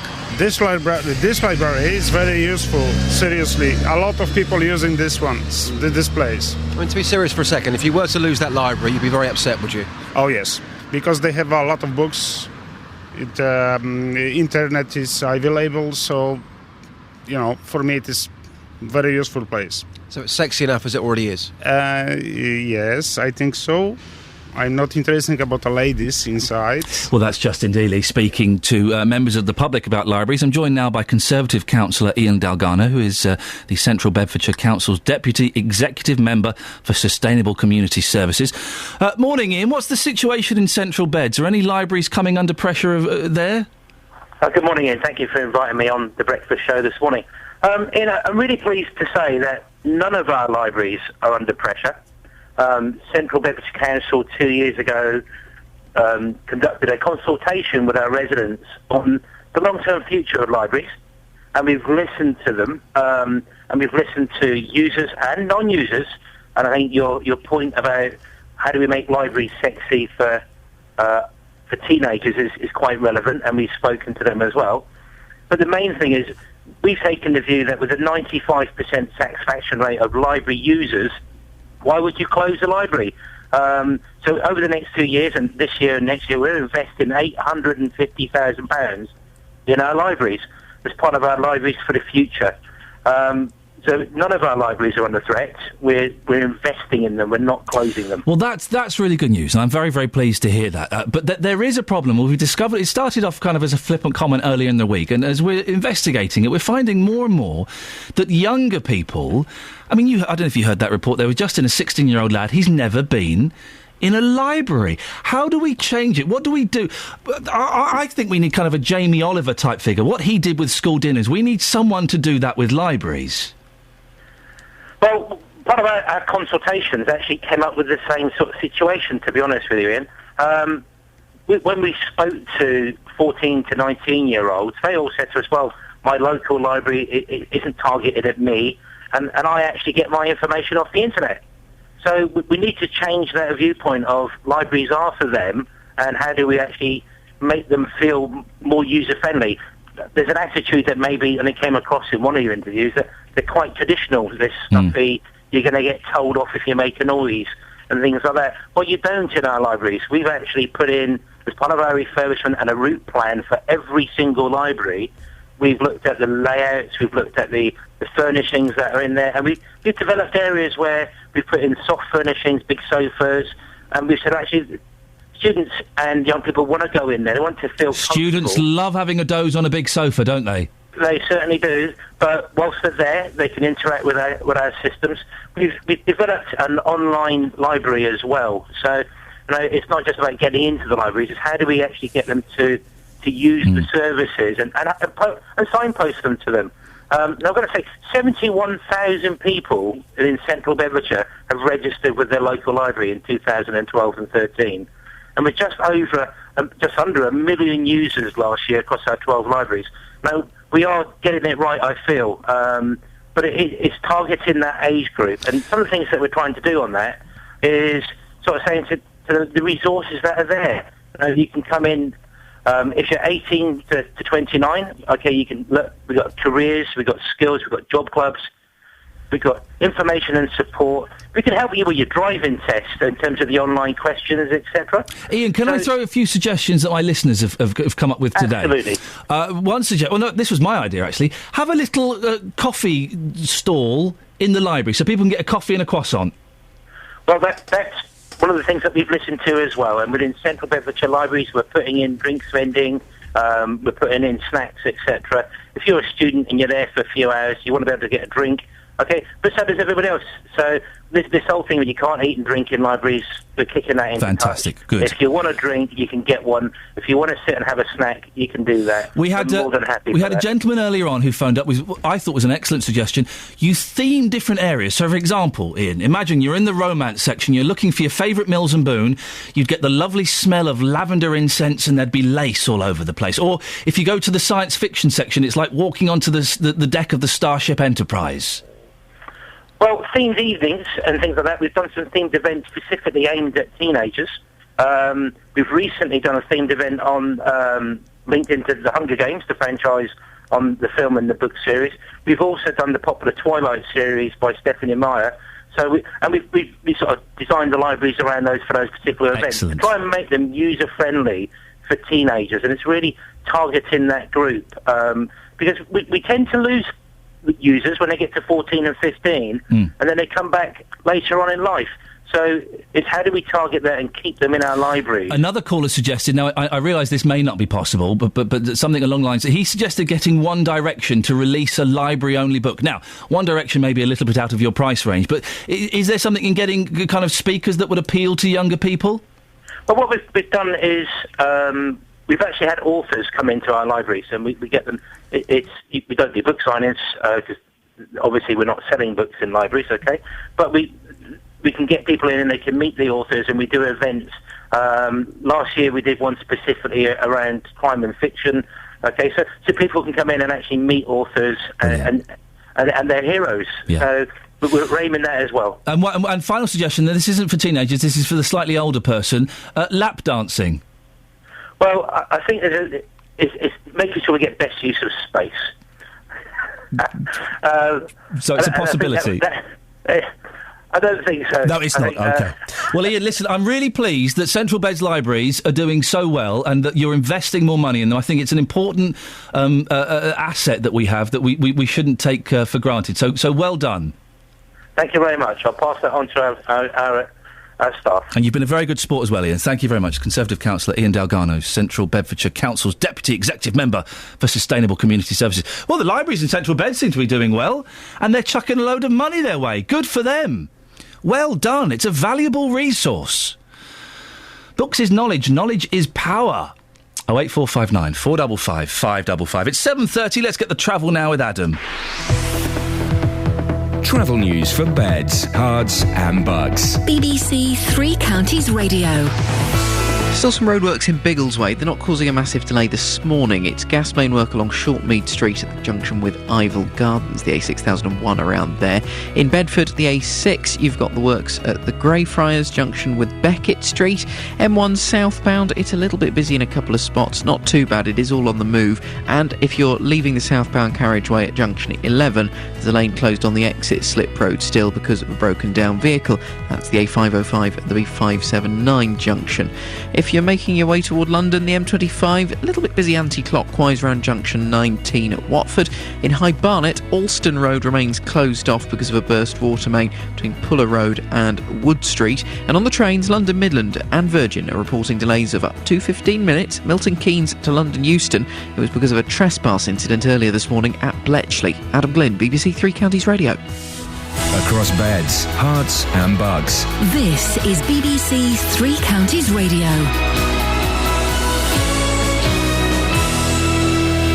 Good morning with the headlines. I'm Serena Farrow. A 19-year-old's been found dead in Luton overnight. Police were called to Hastings Street. A 43-year-old's now been arrested on suspicion of murder. After an elderly patient with dementia was left on a transport bus in Luton, the council says it's now improved its service. The NHS, meanwhile, complaints watchdogs concerned about failures to recognise and treat sepsis. And it's hoped a rail link between Bedford and Cambridge will finally be reopened after 20 years of campaigning. Right now, let's get all the morning's sport. Three Counties Sports. BBC Three Counties Radio. So looking ahead to this evening then, Luton Town play Wrexham in the conference. Wrexham, defeated in last season's playoff final, have started it quite poorly with just one win. But Hatters boss John still feels tonight's opposition will improve. They're one of the clubs that people would think would be a threat.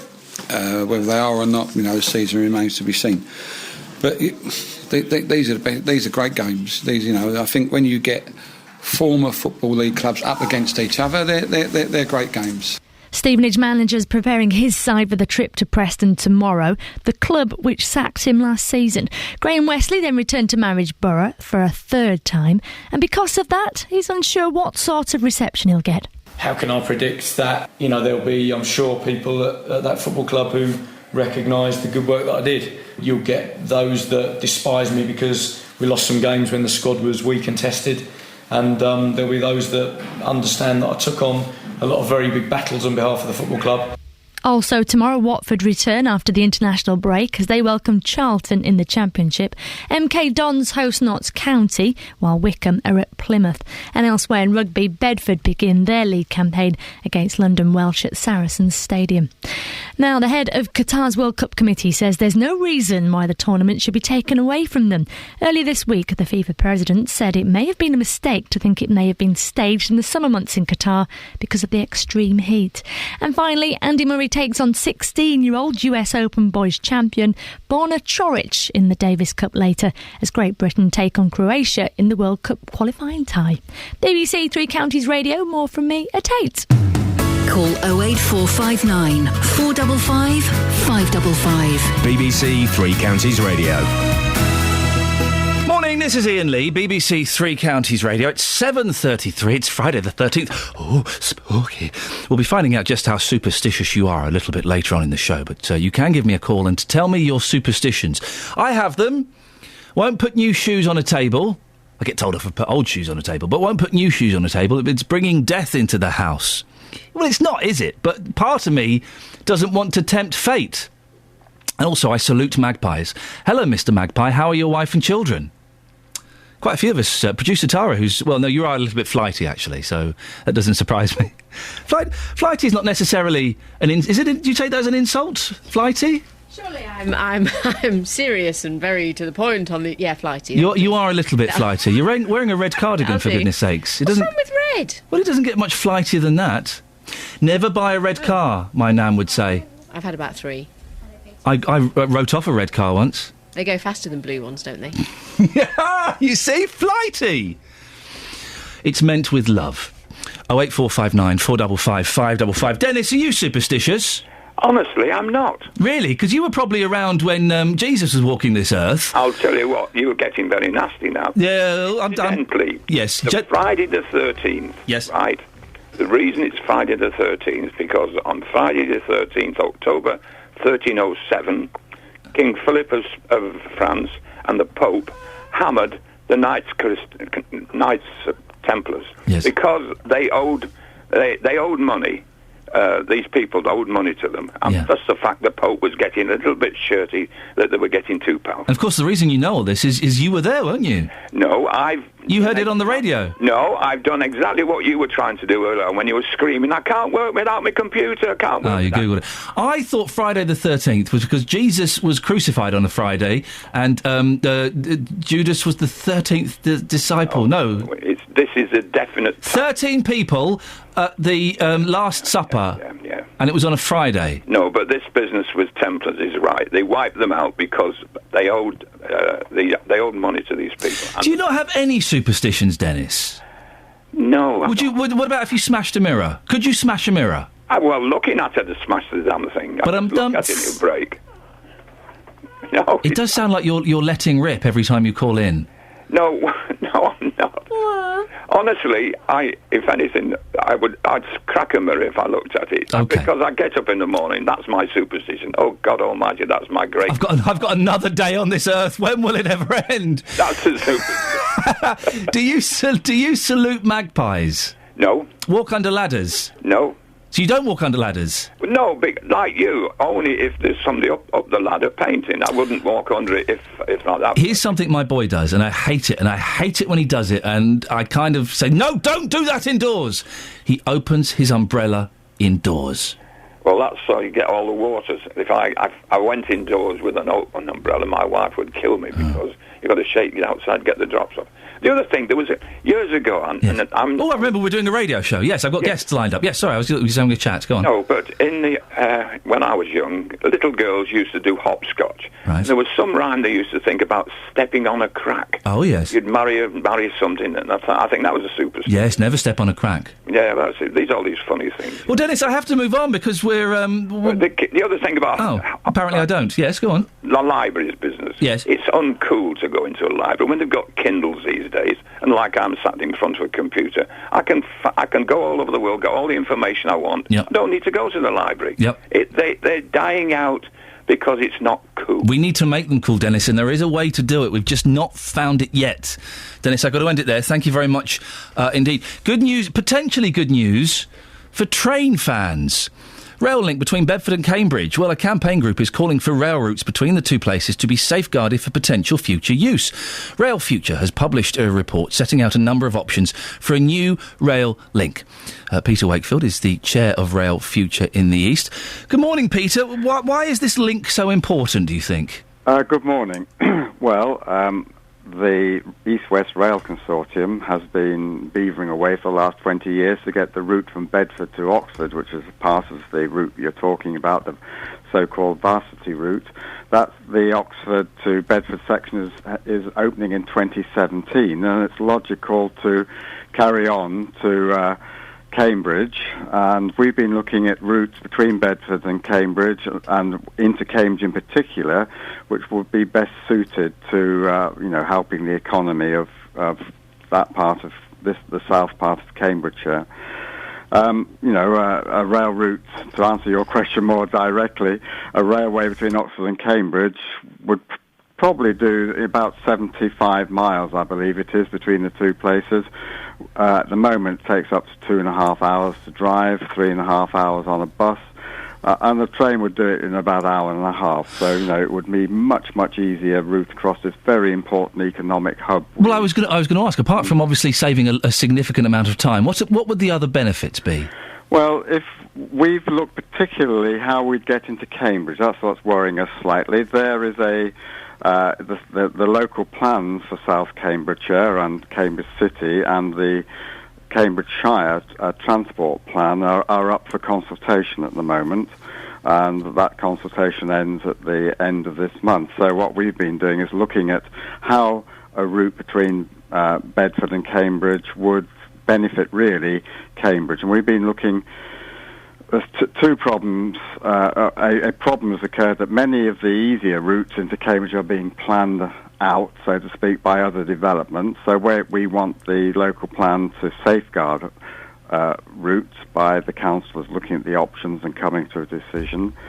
And we've been looking at the way the largest number of people who could benefit from such a route, say, and we think maybe a route from the St Neots area, following the A428 into Cambridge, is probably a good option because it would serve the hugely growing communities in St Neots. You could bring new services down from Peterborough through Huntingdon, serving the new township at Alconbury, and maybe you could serve the new township and growing township at Camborne on the way into Cambridge. And that way there might be some relief to the A14, which is being tolled, as you know, and lots of people saying they don't want to pay that toll, so the 428 might become extremely busy. Peter, we have to end it there. Thank you very much. We'll be following this story very closely, and no doubt we'll be speaking to you at some point. Peter Wakefield, chair of Rail Future in the East. Call 08459 455 555. BBC Three Counties Radio. It's Friday the 13th. I'm not particularly funny about Friday the 13th, although perhaps I do tread a little bit more cautiously. Justin Dealey. Yes. Now, you do seem like quite a rational gentleman. Then sometimes you'll come out with the oddest thing. I remember you said a few weeks ago that you were having really bad luck because of a Hare Krishna elephant in your house. Yes. What is this? Yes, somebody gave me a Hare Krishna elephant last October. Now, since then, I have had unprecedented bad luck in my life. I can't go into full detail, but let's just say it hasn't been a great year for me. No. And I think it's the elephant. That's what I think it is. Can't you just chuck the elephant out? Yeah, but I'm worried. I'm scared if I chuck the elephant out, is that going to bring me even more bad luck? Yeah, someone might die or something. Yeah, exactly. I'm scared. And you were telling as well that you broke a mirror and got bad luck. Yeah, I broke a mirror about, 15 years ago. I love things happened in that year, and I thought to myself, do you know what? It's got to be the mirror. It could have been psychological, but I do blame the mirror for that bad luck during that year. Now, I've asked you this morning to get a little hand mirror and see if you could find someone to smash it. Yes. How did you get on with that? We are going to be doing that a bit later. Okay. After 8 o'clock, I'm going to be off very soon to buy a mirror. Is anybody going to dare to smash that mirror live It's on weird your show? that the people listening to this show, most of them are rational, apart from Dennis and Dunstable, obviously, most of them are rational, intelligent people, but they would still be hesitant, I think, to do it. Well, somebody said earlier on, give me a mirror and I'll smash it. Yeah. We didn't actually have a mirror, but later we are hopefully going to have one. Good lad. Will they smash it? Fingers crossed. What have you been asking people this morning, then? Been asking people about today, Friday the 13th. Are they scared, and what superstitions they believe in? And here's what people had to say. Madam, you don't look scared today. Are you feeling scared? Why should I be scared? You know, today. Yeah. It's Friday the 13th, though. So? You don't care? No. Any superstitions that you believe in? There are probably some that I think about every now and again, but then I think, why? What's the one that you think about the most? I often see magpies on my way to work. So occasionally one magpie, but I think, so what? The rest are in the nest, so... Very good point. Listen, have a great day and a good weekend. Thank you. Take care. Take care. All the best. Addy, you feeling all right today? Yeah, I'm alright. What sort of precautions are you taking, then? Kind of precautions against the road, traffic, what? Friday the 13th. Oh, nothing. I don't believe in that. You don't believe in that? No. Do you believe in any superstitions? Superstitious, I won't go trying the devil. Yeah, that's it. You wouldn't go and try the devil? Yeah. Mind you, who would? Exactly. Let's leave him be, yeah? Yeah. Thank you very much. All right, cheers. Hey, come on, sir, don't give me that look. You're scared, aren't you? No, not at all. Not at all. You have got a big issue with the colour green. Can you tell me why? I have, because any time I've ever been involved in it, it's never brought me any luck. I've had a car that was green, one and only. I was never out of trouble from the day I got it. I looked at a house when I came down here to Luton. It was painted predominantly green inside. I was going, well, I didn't consider buying it. I just said, nah, don't settle with this at all. You're Irish. Green is your colour. Yeah, it is, isn't it? You won't catch me wearing green on Patrick's Day. You won't wear any green clothes, you won't have a green car, you have no association whatsoever with the colour green? No. Are you scared of green? I'd just rather stay away from it. Isn't that funny? I know. People are so odd. And listen, Justin, if we've learnt anything from today's show, it's certainly don't try the devil. No, definitely don't. Just don't. And I would not ask you to go and do it. I'd ask you to get someone to smash a mirror. I won't ask you to try the devil. No, let's not go there. Justin Daly, thank you very much indeed. 08459 455 555. What are your superstitions? We get them from our parents, don't we? Really? They're handed down to us. Mine are all from my mum. Yeah, they're all from my mum, really. So it's weird nonsense that in this computer signed, hey, science is real, and yet we still invest time and thought in silly little things, saluting magpies, not putting new shoes on a table, getting upset when my 3-year-old opens his umbrella indoors. What are yours? 08459 455 555. This is BBC Three Counties. It's 7:45. Let's get the travel news now with Adam. Travel news for beds, cards and bugs. BBC Three Counties Radio. The A1 southbound starting to slow up from Eton-Soken down toward the Black Cat roundabout. On the M1, good news if you're leaving the southbound carriageway at junction 11 because that broken down lorry's been recovered from the end of the exit Slip Road. Traffic moving nicely.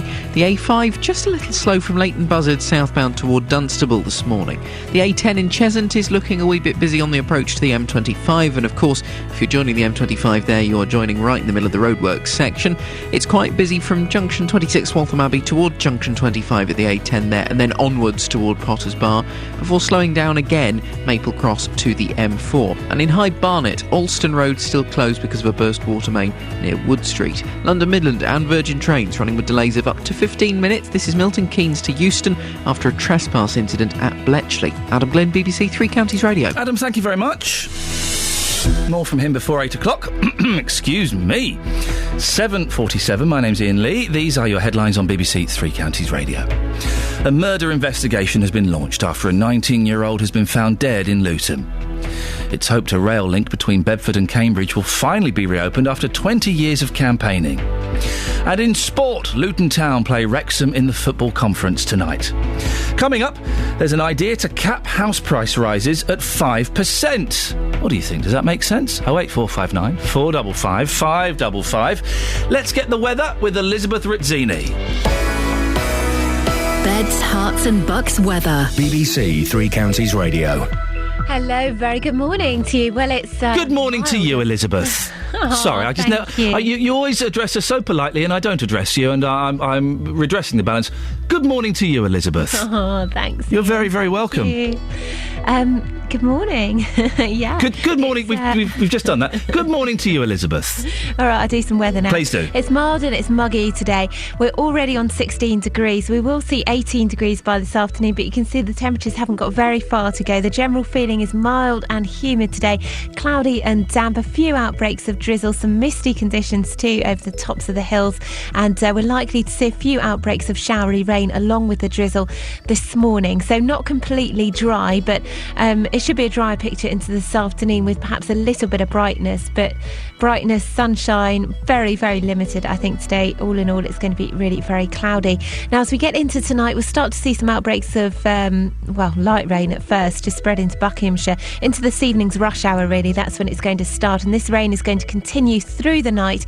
It could cause some problems, quite a lot of surface water, and we'll see perhaps up to a quarter of an inch of rainfall, actually, overnight. Very, very wet, heavy and persistent rain, and that will stick around into tomorrow morning as well. Temperatures overnight down to 12 or 13 degrees Celsius. Very wet start to the weekend. The rain clearing from the west first.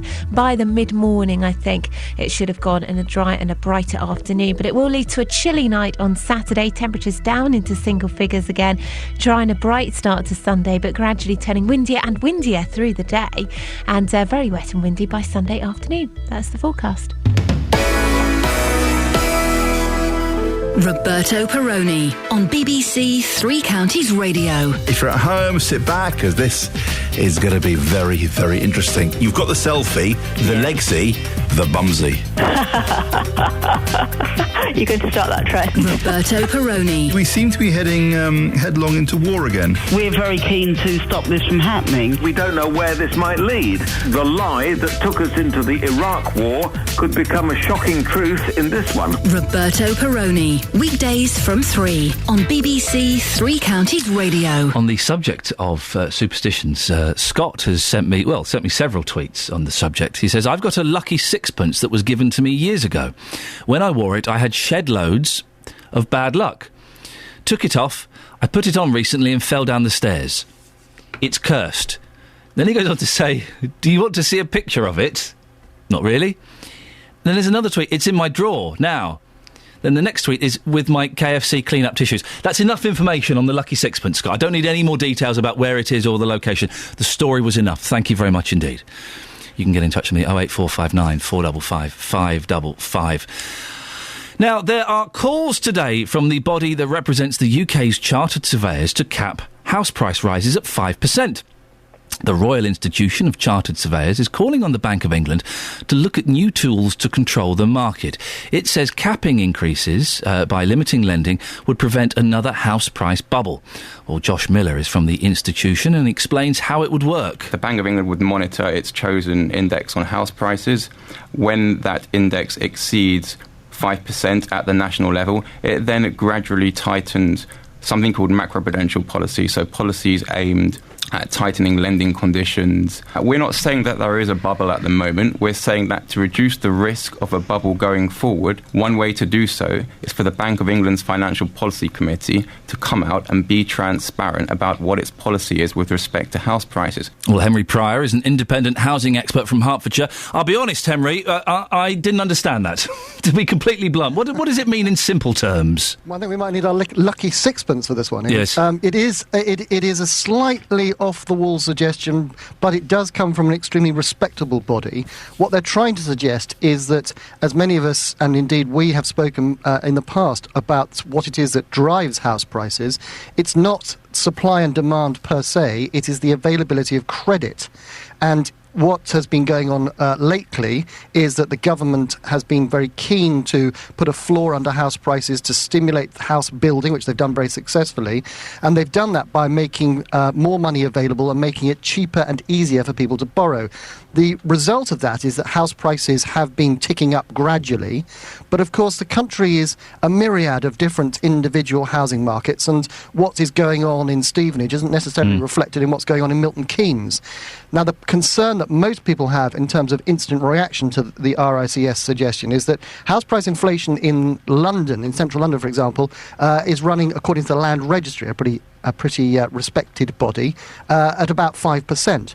Now, should that trigger some kind of intervention by the new Canadian Governor of the Bank of England, who, by the way, has had some experience back in Canada of trying to pull the levers on lenders to try and influence house prices, should the fact that London house prices in Chelsea, for example, are knocking on 6 or 7% per annum, mean that house prices in Beaconsfield or further afield across the country in Birmingham or Belfast, should they be held back? And I don't think this has been exactly thought through. So the plan is flawed. Would it have any positive impacts?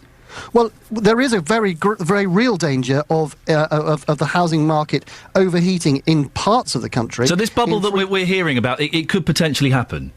Well, I think that if you look at general inflation that we talk about, that the Bank of England uses when it's one of its principal targets, trying to keep general inflation, broad inflation across the country at 2%. It's spectacularly failed to do it over the last 8 to 9 years. But nevertheless, house price inflation at 5% across the country would give a lot of people a big scare. And I think that when the government is trying to stimulate the housing market, to bring jobs into house building, to give people the opportunity of getting onto the housing ladder, that's one thing. But if all they were doing across the nation as a whole was ramping house prices at 5% per annum, there would be some serious concerns, and I think that most people would think that there was time to either turn off the tap or potentially to look at some kind of device for controlling house price inflation more generally. You mentioned that houses are being built, and that's great, but that there aren't enough houses. If we built just a shed load of houses, would that not help the situation somewhat? Well, there's no doubt that we're in the middle of, everybody recognises we're in the middle of a national housing crisis, and yes, we are building woefully low volumes of new homes. The problem is, if I was the potential parliamentary candidate for, let's take Welwyn and Hatfield, where Grant Shapps, of course, used to be our housing minister, now the chairman of the Tory party, if I was to stand on the doorsteps of the good voters of Welwyn Garden City and announce that my party, a new party, was excited about trying to solve the housing crisis, we wanted to build 250,000 houses in order to make up for the shortfall over the last 30 years. Sadly, there might be some impact in the fact that your view from your house in Chewin or in Hertford might be spoilt by new houses being built, of course, and indeed there would be the knock-on effect of the value of your house falling, because that's one of the principal reasons for building more houses, to make them more affordable. Can I count on your vote? I suspect that Mr. Shapps will be back in for another term, don't you? Finally, this government scheme to help people buy houses by lending them perhaps more money than they can potentially afford, isn't that how we got into this mess in the first place? Well, not exactly, Ian. You're quite right. It is a big scare. Help to Buy, which is the scheme to which you refer, has been launched in two parts. The first part, which came after the budget in the spring of this year, was designed to help people, both first-time buyers and those what are called second steppers, who wanted to buy a new house up to £600,000, and the government was going to stand behind them with a shared equity deal. Remember, if house prices were to go up by 5%, then you'd be sharing that uplift with the government. That scheme has been working quite well. 10,000 1,000 new homes have been purchased or reserved based on that scheme, and it has had a demonstrable effect by, as we discussed earlier, making houses more affordable. The big second element of Help to Buy, which kicks in January, is going to allow people, again, both first-time buyers and those second steppers, to be able to buy second-hand homes, again, up to £600,000. And there is serious doubt now about whether that the wisdom of making it up to that sort of price. I think that probably what we're going to expect to see is some consultation by the government who will reduce that to £300,000, which would be much more useful, much more productive, and it would actually aim and help the people it was designed to do. Henry, thanks for your time. Henry Pryor, independent housing expert from Hertfordshire. Call 08459 455 555. BBC Three Counties Radio. Friday the 13th. Are you spooked? Are you superstitious? Jenny's in Milton Keynes. Good morning, Jenny. Hello. Jenny, what's your take on this? Sadly, my husband died on Friday the 13th. Oh, dear, I'm sorry to hear that. And if he had been alive, it would have been his birthday today. Oh, dear. Friday the 13th. And also, I'm a very unlucky person. I've had, I've been advised not to go out at all today. So I don't know what to say. Who's advised you on that? Clairvoyant. Oh. And I know they're not always true. No, not always. No. And also, I had my kitchen in green. Well, we heard from a gentleman earlier on speaking to Justin who is afeared of the colour green. No, I had the kitchen painted green. Yes. And I've had nothing but bad luck at work and everything. And I got so fed up. I had a new kitchen put in, and I'm having it painted beige. A lovely cream and coffee and cream. Lovely beige colour, yes. And I've had a lot more luck at work since I've had it interesting? painted. I'm just waiting for my friend to finish to do the last bit of green, and I should be quite happy. Jenny, you sound like you're a little bit superstitious. We are asking our reporter Justin Dealey to try and find someone to smash a mirror. Oh no, I wouldn't do that. Not even if you paid me £1 million, I wouldn't do that. Not for even for £1 million. What do you believe would happen to you? Well, I'd have more bad luck than I'm already having. Really? Yes. And you genuinely believe that? Yes. Where do you think the bad luck comes from? I think it's come apparently from, like, yours has come from your mother and father, mine's come from my father. My father's suspicion was if a bird flew in the house and he couldn't get it out, somebody would die. Oh, my goodness. And he hated green. Jenny, I appreciate your time, thank you. She's right, clairvoyants don't always get it right. Well, she's had some bad luck on Friday the 13th, losing her husband, and a green kitchen caused her problems at work. 08459 455 555. Travel news for beds, cards and bugs. BBC Three Counties Radio. The A1 southbound, slow moving from Eton Soken down toward the Black Cat roundabout, but once you get further down past Biggleswade it's a nice clear run, and the A1M's moving well toward London. The A10 in Cheshunt, that's slow as you come past the Winston Churchill Way. The A121 mainly on the approach to the M25. In London Coney, the A414 a little busy at the London Coney roundabout. The A1081 doesn't seem to be affected. Exchange Road in Watford looking slow. The A411 near Beech and Grove. Anti-clockwise M25 busy Waltham Abbey to Enfield heading into the roadworks. Also slow Maple Cross to the M4 this morning. Alston Road in High Barnet still closed because of a burst water main near Wood Street. And good news for the trains. London Midland and Virgin back onto a normal timetable. Milton Keynes to Euston after a trespass incident earlier this morning. Adam Glynn, BBC Three Counties Radio. Thank you, Adam. Speaking of trespassing, there are trespassers in the BBC Three Counties car park. We all saw them this morning. We were all too scared to go and have a word with them. Well, all of us apart from one person. Who was that and what happened? We'll find out after this. Local and vocal across beds, hearts and bucks. This is BBC Three Counties Radio.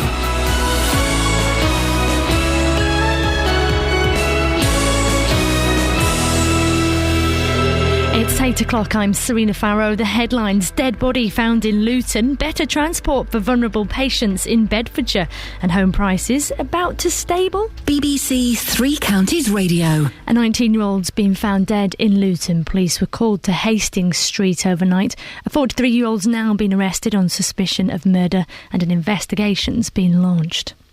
In other news this morning, after an elderly patient with dementia was left on a transport bus in Luton overnight, the council says it's now improved its service. Well, there have been a number of incidents, including a 16-year-old being knocked down after leaving a vehicle. But there's now a policy as well which forbids employees from whistleblowing. Dr John Beer from Action on Elder Abuse says that's just wrong. You know, if a child gets hurt or neglected or badly treated in some way, we don't want you to tell anybody in case it looks bad. That wouldn't be acceptable with children, would it? But with older people, we bend our attitude. Oh, they're not quite so important. They're not so vulnerable. If this had been a child, you know, this would have been national, wouldn't it? Now it's hoped a rail link between Bedford and Cambridge will finally be reopened after 20 years of campaigning. Rail Futures published a report setting out a number of options for a new line. Patrick O'Sullivan, a consultant for the East West Rail Consortium, says it's going to be expensive though, as it's very different to another local route. The Oxford to Bedford, which is reinstating railway that was already there, and this is going to be a brand new railway across Virgin Territory, so we're probably looking at something approaching 800 to nearly probably £1 billion. Next, and the Bank of England's being encouraged to cap the average rise in house prices to 5% a year to head off the danger of an unsustainable property boom. The Royal Institution of Chartered Surveyors says putting a ceiling on the increase would prevent another house price bubble and excessive risk-taking. Henry Pryor's an independent housing expert from Hertfordshire. He's just been speaking to Iain Lee. It's not supply and demand per se, it is the availability of credit. And what has been going on lately is that the government has been very keen to put a floor under house prices to stimulate house building, which they've done very successfully, and they've done that by making more money available and making it cheaper and easier for people to borrow. The NHS complaints watchdogs concerned about failures to recognise and treat sepsis. The Health Service Ombudsman has called for new guidelines to help doctors and nurses recognise the condition. It's thought to cause 37,000 deaths in the UK every year. Well, Dame Julie Mellor says patients with it can be in greater danger than they appear. The seriousness of a patient's condition isn't recognised, and actually sepsis is really difficult to diagnose. People can look well compared to other people that come into accident and emergency, for example, and so it's critical that the early warning signs are seen and acted upon. Sport, and Luton Town play Wrexham tonight in the football conference, and let's have a little look at the weather. Overcast, brightening up later on apparently, temperatures 19 degrees Celsius. Get the latest news and sport online at bbc.co.uk/3 counties.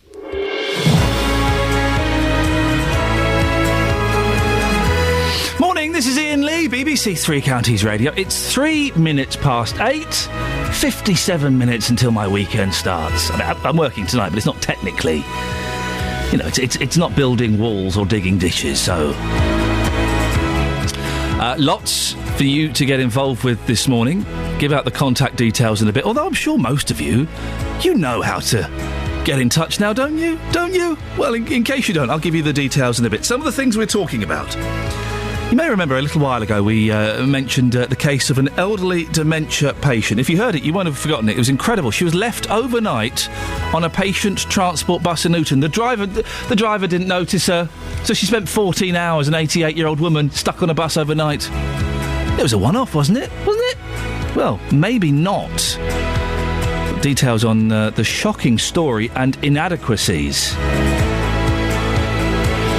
Hey, rail fans, some very exciting news. Oh, woo. Stay tuned for that. And it's Friday the 13th. Well, we're hearing that some of you are very, very superstitious. What are your superstitions? 08459 455 555. Facebook.com/BBC3CR. Or you can send me a text, 81333. Start your text 3CR. Across beds, hearts and bucks. This is BBC Three Counties Radio. And also we had some dubious characters parked illegally in the BBC Three Counties Radio car park. We all saw it, we all commented on it, none of us went and knocked on their doors and asked them to leave. None of us, except for one. Can you guess who was the person from Three Counties Radio who was brave enough to go and knock at their window? We shall reveal all in the next half an hour of the show. Now, last year, an elderly dementia patient was left overnight on a patient transport bus in Luton. 88-year-old Joan Cook spent 14 hours trapped on the bus. Let me just read that again, because this is disgusting. 88-year-old Joan Cook, who has dementia, spent 14 hours trapped on a bus.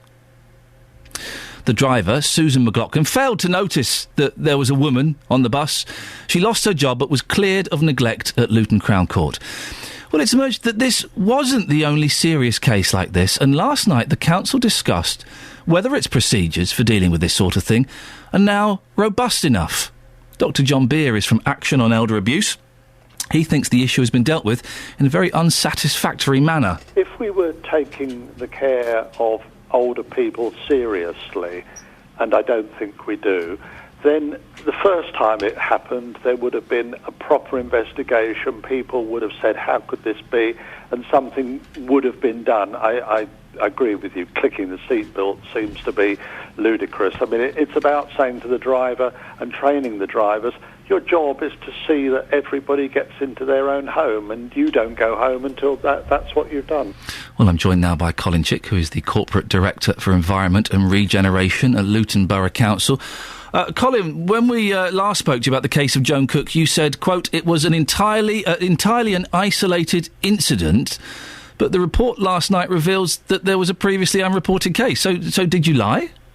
No, I didn't. No. The incident beforehand, I was not aware of at the time, and it came out afterwards. It came out afterwards because what we did was we carried out a full review of absolutely everything. We left no stone unturned right across the board. We went right back through records, and what it showed was there have been 3 incidents, all happened last year, despite the fact that the service has been running for 8 years. In that time, the service has moved probably about 2 million people, travelled about 8 million miles. Those 3 incidents, I think we need to put it into perspective. The Joan Cook incident was very, very different to the other 2. And yes, I mean, the Joan Cook incident, I've always said, beggars belief, is inexcusable. And we took action straight away. I felt almost a personal slight myself, and I took direct personal responsibility at that time. It was me that said, let's do absolutely everything so this incident can't ever happen again. The other instance, I think, is it Dr. John? Dr. John Beer, yeah. Beer. I think he's been a little bit unfair. I would challenge him as to whether he knows the full facts on the cases. Well, let's tell Colin, why don't you tell us the full facts on the other 2 cases? What happened? Well, on the other 2 cases, they're both very isolated incidents. An elderly gentleman going to Chorlend Day Centre. He was, I can't remember where he was getting on the lift. I got off the lift at the back of the ambulance, and he wasn't in a stable position. I think his stick was possibly not. He fell off the lift at the back of the bus. I think they moved the lift before he was totally stable. And how old was this guy? Sorry? How old was this gentleman? I'm not sure exactly. I think he was an elderly gentleman, without a doubt. So possibly in his 70s or 80s. Yes. Let's be generous. Let's say a 75-year-old man who uses a stick fell off the lift at the back of the bus. Yes. Okay. And what's the other incident? The other incident was a young lad. I think he was autistic. He was 16, quite a big lad, and he was walked to the edge of the curb by the attendant, and he panicked. He had a particular fear. He panicked. We didn't know the particular fear that he had, and he panicked and broke free of the attendant. And I think at that point, what is reasonable restraint? And we have to be really careful here. And we've had this debate ourselves. The person involved, the police were involved. It went through full safeguarding procedures. It was looked at, and the recommendation was that the attendant get some additional training. So it was a contract. The young man broke free. What happened? It was a contract service. Sorry. The young man broke free. What happened? And ran into the road.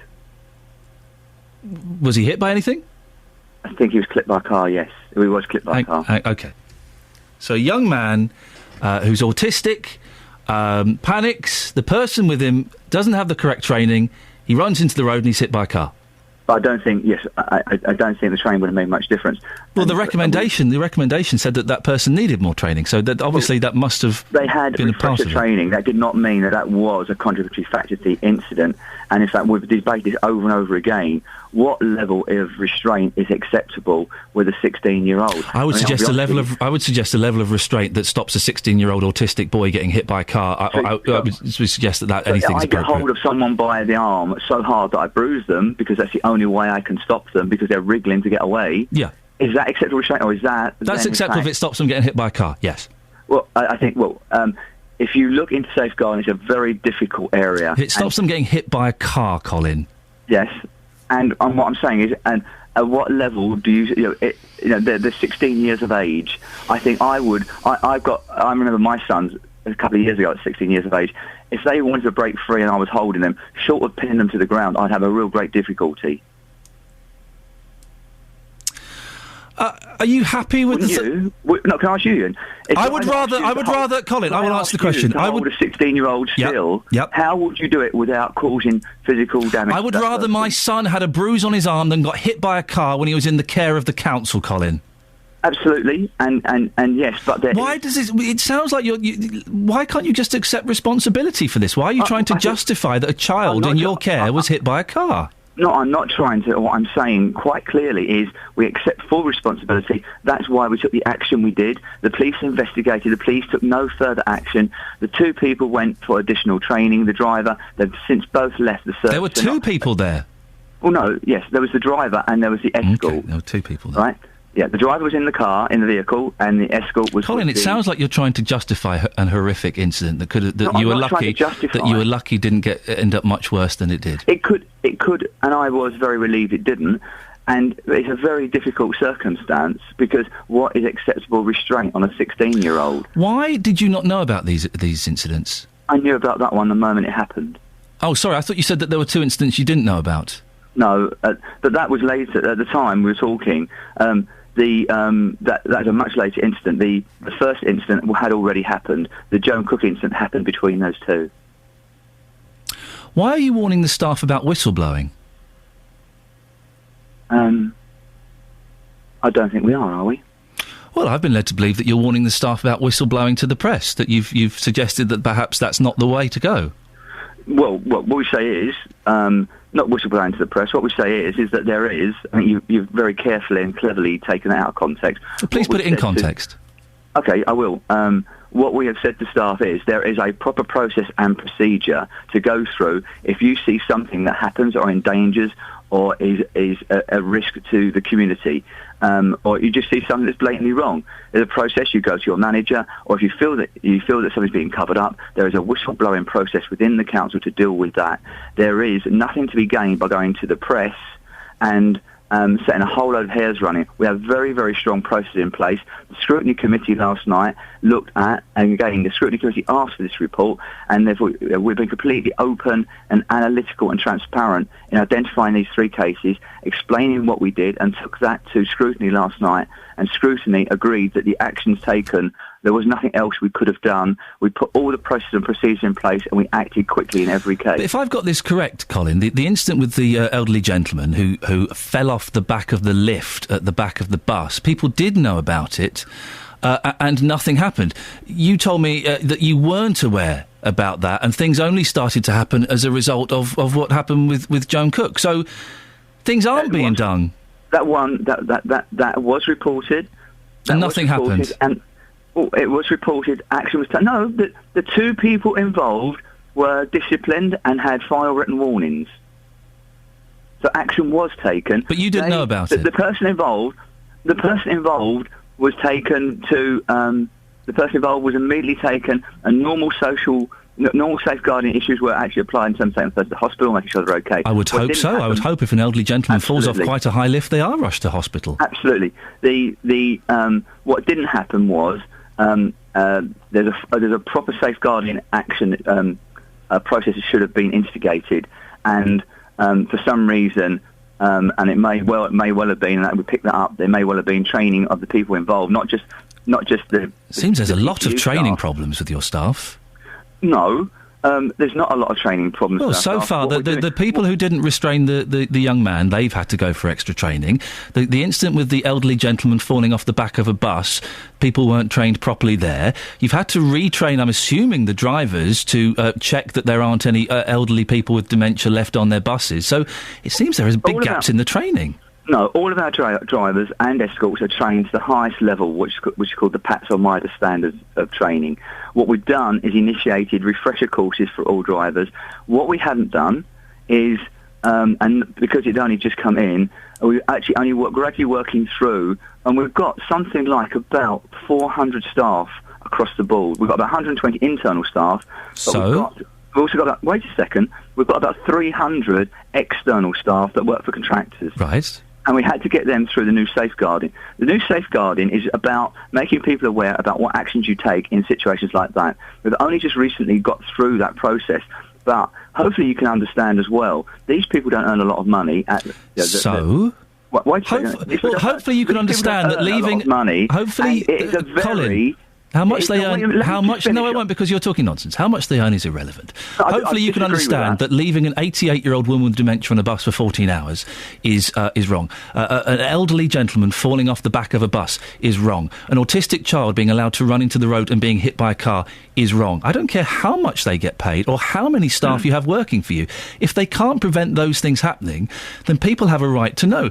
And you suggesting that your staff don't go to the press so that public do know about the inefficiencies in your service, I think is a little bit disingenuous. No, not at all, because effectively the actions we've taken have been very transparent. The actions we've taken have actually been reported, and again, through scrutiny last night, they are transparent, they are open. That is why the safeguarding procedure does exactly that process, why we've instigated that process. And we've been completely transparent with everything we did. All we said to our staff was, if you have a problem, there is a correct way to deal with that problem through the whistleblowing process or through your normal management lines of control, not going to the press. That's what we said.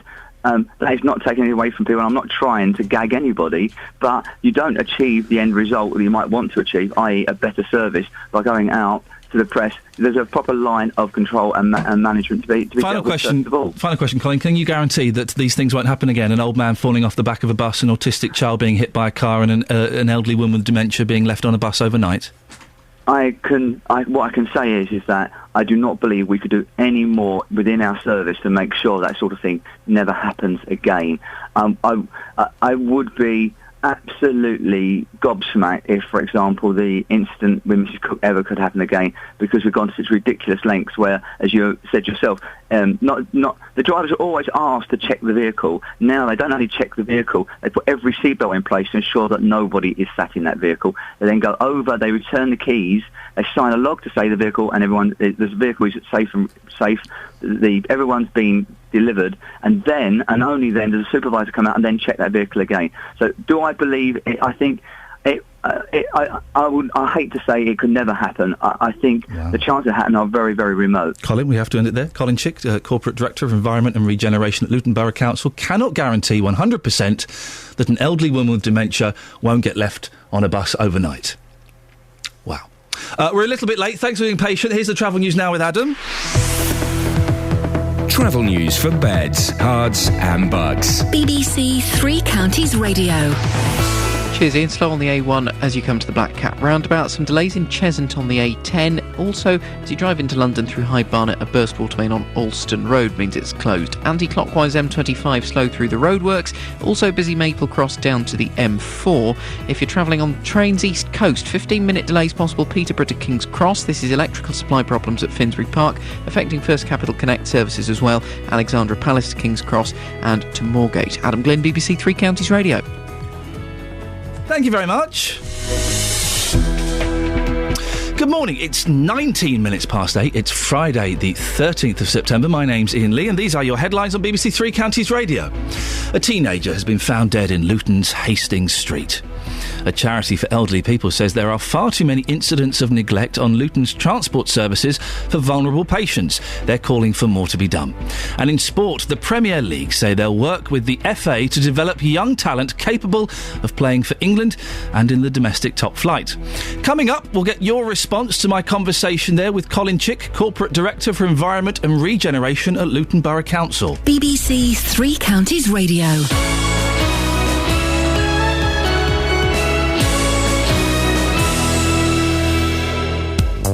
Tonight, there's an extra Three Counties sport. Great whack, run in, and a near post. It's a great strike from Andre Gray. Luton are in conference action away to Wrexham, hoping to consign the hosts to their fourth straight defeat. Nuneaton Town 2, Wrexham 0. By building on Saturday's performance. The only thing we're disappointed about is we haven't scored the goal that wins the game. We have people that can score, I know that we do. If we keep doing that, then I think the rest will follow. Wrexham versus Luton, tonight from 7 in Three Counties Sports.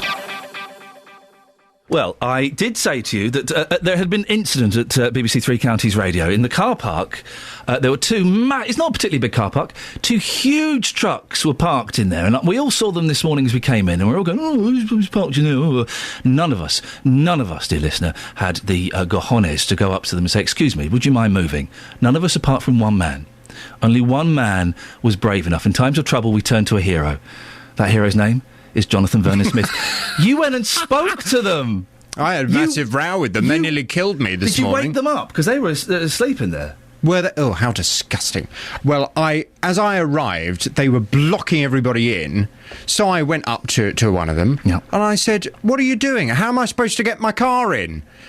Anyway, he instantly got very aggressive with me. And he said, we've got permission. I said, who gave you permission to leave your lorries in this car park? He said, the hotel. So he pointed at the hotel over the road. So that was it. I stormed over there. Yeah. I spoke to them. They said, they've not even been staying here. Right. They said, it must be the other hotel. So I went in the other hotel. Wow. They said... No, we didn't give them permission, but actually we'd like to know who they are because they've been blooming abusive to our staff all night as well. Oh, dear. So I came back out there, had a go at them, then one of them gets out of his lorry, comes to back up his mate. I said, excuse me, there is no need to be so rude. I'm trying to establish why you're parking our car park. He said, what's the problem? I said, I'll tell you the problem. Nobody can get their cars in or out of our car park. That's the problem. At that point, he said, you need to get a life, mate. After he had done something that I can't even describe because people might be having their breakfast. He did something involving his nostrils on the floor. Disgusting. These people were absolute animals. Wretched animals. And there was physical aggression as well, wasn't there? Well, thankfully, my good colleague Tim, he came and backed me up. Well. And my colleague Jenna, she came and backed me up as well. She'd be more use, I think, than Tim. As they drove off, they threw a stone at me. They threw a stone at me. It hit my colleague Jenna's car. It landed on it actually hit her. Poor thing. Why are you laughing at that? Because they were trying to get me. They got her. Jenna got hit with a stone. They threw a stone. Anyway, don't you worry. Don't you worry. I've already been on to the police this morning. Have you? I've already established which firm has hired them the lorries. Yes. They're phoning me back this morning to tell me the details of these people. Wow.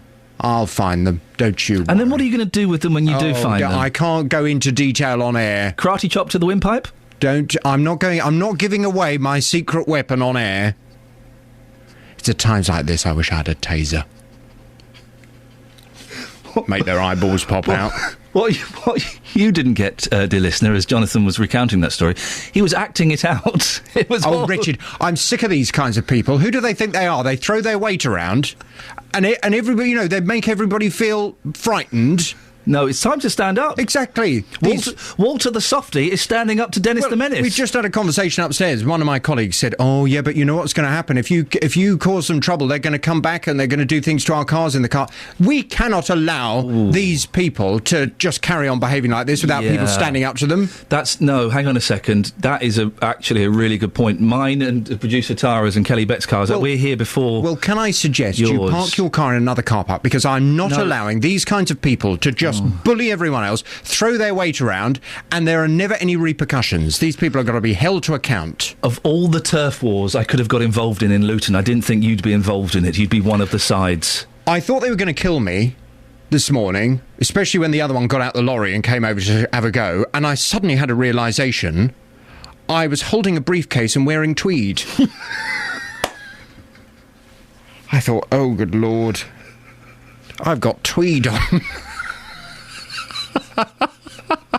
Well done you for saying something. If my car gets keyed, I'll send you the bill. Oh, right. What's on your show today? Coming up on the big phone in this morning, do you want house prices to go up or down? The Bank of England should use its powers to limit house price increases to 5% a year. That's according to the Royal Institution of Chartered Surveyors. They say a 5% annual rise could trigger a cap on how much people can borrow and potentially encourage sellers to lower the price tag on their property. It's interesting, there's all this talk now, Ian, of how we've got to try to stop house prices getting out of control. Yes. Hello? Aren't they already out of control? I mean, what on earth are you supposed to do if you're a young person in this area trying to buy your first property? Unless you've had an inheritance or unless you win the lottery, how on earth are you ever supposed to afford enough deposit to be able to get on the ladder? You don't stand a chance at all. Well, from 9 this morning, I want your views. Do you want house prices to go up or down? I want you to just be totally selfish about it and say, for you personally, what would you prefer? Perhaps if you're a young person and you are renting at the moment and you really want to be able to buy somewhere to raise a family and to call your own home, you really want house prices to go down. Or perhaps you are, like many people listening, sitting on what you consider to be your investment. It's the money that you think of as being your security for your future, and actually, secretly, you'd quite like those prices to keep going on up. 08459 455 555. I want to hear from you at 9. Call 08459 455 555. BBC Three Counties Radio. A few minutes ago, I spoke to Colin Chick, the Corporate Director for Environment and Regeneration at Luton Borough Council. We talked about the 88-year-old lady who'd been left on a bus overnight. We talked about the elderly gentleman who'd fallen off the lift at the back of a bus and was taken to hospital. We also talked about a 16-year-old autistic boy who broke free from his escort and ran into the road and was hit by a car. Tim's in Milton Keynes. Good morning, Tim. Good morning. Tim, what would you... Yeah, I'm good, thank you. What would you like to say? I would like to say, well, basically, I live in Milton Keynes. We have a care assistant because my boy is 14 and he's got serious autism. Mm-hmm. She's been with him since we moved here. She's been with him for 4 years. Now, we had an incident, I don't know if you know, in Walnut Tree, Milton Keynes, you got a place called Snap, where disabled children can go have coffee, play games, etc. before they start school. Yep. Anyhow, he's been picked up by the driver and the care assistant. And it was about 10 o'clock in the morning when they were coming back to the other side of the school. The driver sat in his cab. The care assistant, she's shouting at the driver that he's getting out of control and he did not get out of the car and help her. She had long nails, the care assistant. So my son, he's got out of the wagon at the back and he's run straight across a busy road, which is quite busy. And she's grabbed him and his nails are digged into him. When the nails digged into him, driver's seen blood, he's phoned his office, the police have turned up, etc. Oh, dear. They came to our house. It says, what do you want to do? Do you want to press charges? We said no. I said, at the end of the day, she has saved my son's life. Irrespective whether her nails have digged into her, she's been with him for 4 years, she knows how to handle him. Then the council wanted to take serious action against her. They wanted to take her to court, etc., because the driver was saying she's done this to other kids. We had to go to court to save this care assistant's job. I think she did a brilliant thing, and I think if a care assistant is working with a child and these kind of things happen, they should be able to restrain a person to their best ability if it's going to be life-threatening for that person. When you hear Mr. Chick from Luton Borough Council saying that a 16-year-old autistic lad, a big lad, broke free from the escort and ran into the road and was hit by a car, and Mr. Chick was arguing, well, what is reasonable force? What is reasonable restraint? What would you say to him? Reasonable restraint, I would say to him that I think the assistant acted in their best interest. Obviously, you panic, so you've got to take into consideration the assistant's panicking at the same time. And all I've got to say to this person, sorry, Mr. Chick, that I felt as though he was withholding things back. He wasn't being truthful this morning. OK, well, thank you very much for that, Tim. We don't know for sure. I'm sure Mr. Chick was being as honest as he was with the information, so I wouldn't like to cast aspersions there. But I do think if you've got the choice of your kid getting a bruise on their arm because someone's grabbed them, or getting knocked over by a car? Which would you go for, really? Which would you go for? You'd go for the bruise on the arm every single time. Of course you would. Neither are ideal, but I'd rather my boy had a bruise on his arm than got hit by a car. It's 8:30, it's BBC Three Counties Radio. Travel news for beds, cards and bugs. BBC Three Counties Radio. Busy on the A1 at the Black Cat roundabout with delays from Eton-Soken. It's looking a little bit better than it was, but slow nonetheless. Quite slow on the speed sensors on the A602 as you go through Watton at Stone, and delays on the A414, leaving the A10 and going westbound into Hertford. Slow again further down the A414 near the London Coney roundabout. Some delays as well into and out of St Albans on the A4147, the Hemel Hempstead Road, leaving the M1. The M1 on the cameras is fine though. M25 busy through the roadwork section, slow again as you approach the M40 and the M4. And on the trains, East Coast report delays of up to 15 minutes possible. Peterborough to and from King's Cross. They have electrical supply problems at Finsbury Park. It's affecting First Capital Connect services as well. They're running with delays of up to half an hour. Alexandra Palace to King's Cross and to Moorgate. Adam Glynn, BBC Three Counties Radio. Across beds, hearts and bugs. This is BBC Three Counties Radio. Good morning with the headlines. I'm Serena Farrow. A teenager's been found dead in Luton. A 43-year-old's now been arrested on suspicion of murder.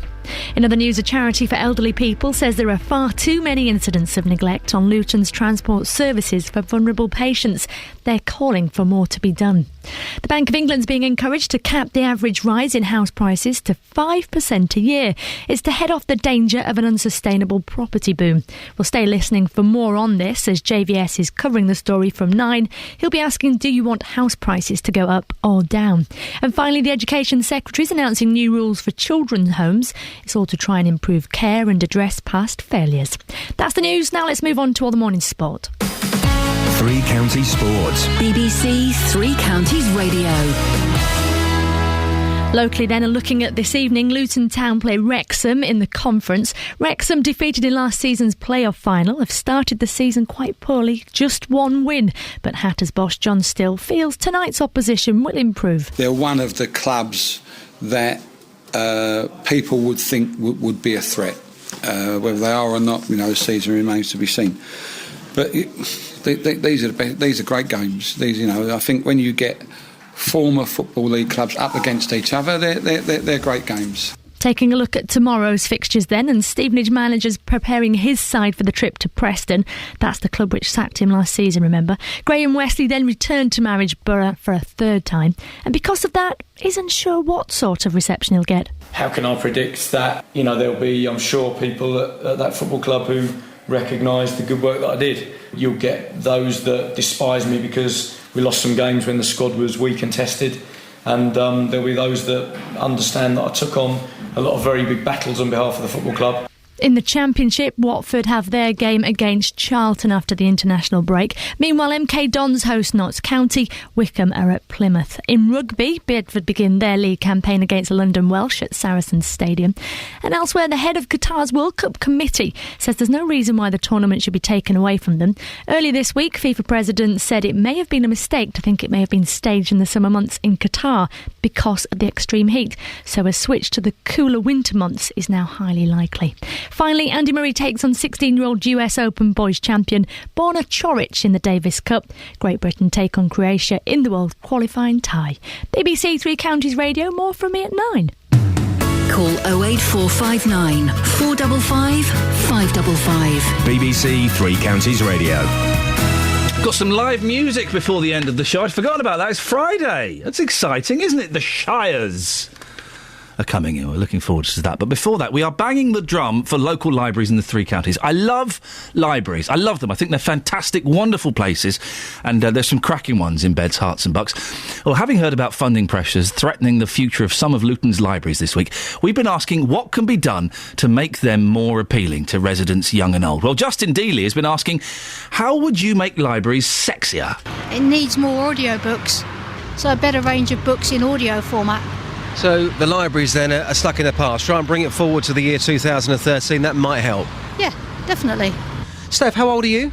16. 16 years old. When was the last time you used that library just behind us there? About a couple of years ago. So 2 years ago. Yep. How would you make it sexy? How would you get more people in there? Have sexy librarians. You can make it more intellectual, by all means, but look, you cannot make a library sexy unless you want to go down the route of sexy. And unfortunately, a library doesn't come under that thing. Yeah. Well, it should come under that thing. That's the problem. We can make libraries sexier.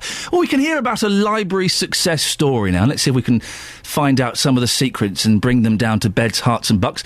Brian Gambles is the director of the Library of Birmingham, which has just reopened in Centenary Square in the city. Morning, Brian. Good morning, Ian. How are you? I'm very well. I've seen this building. It's a wonderful building, isn't it? We're absolutely thrilled with it. It's everything we dreamt it should be. What are the key aspects of your library? Goodness, well, I know. There's a lot of them. It's a very big library. It's the largest public library in Europe. So let's not pretend it's typical of any libraries. But I hope that what we've achieved this week, over the last 10 days, is an inspiration and a hugely positive public relations messages for libraries up and down the country. Because we've shown that people do want to use libraries, and all the talk about declining use, it can be reversed. We opened on the 3rd of September, and on the 11th of September, so that's day 9, we welcomed visitor number 100,000 through the door. People like libraries. People love libraries. Well, it can't just be the size, and it is massive. What else has it got going for it that's attracting people through the doors?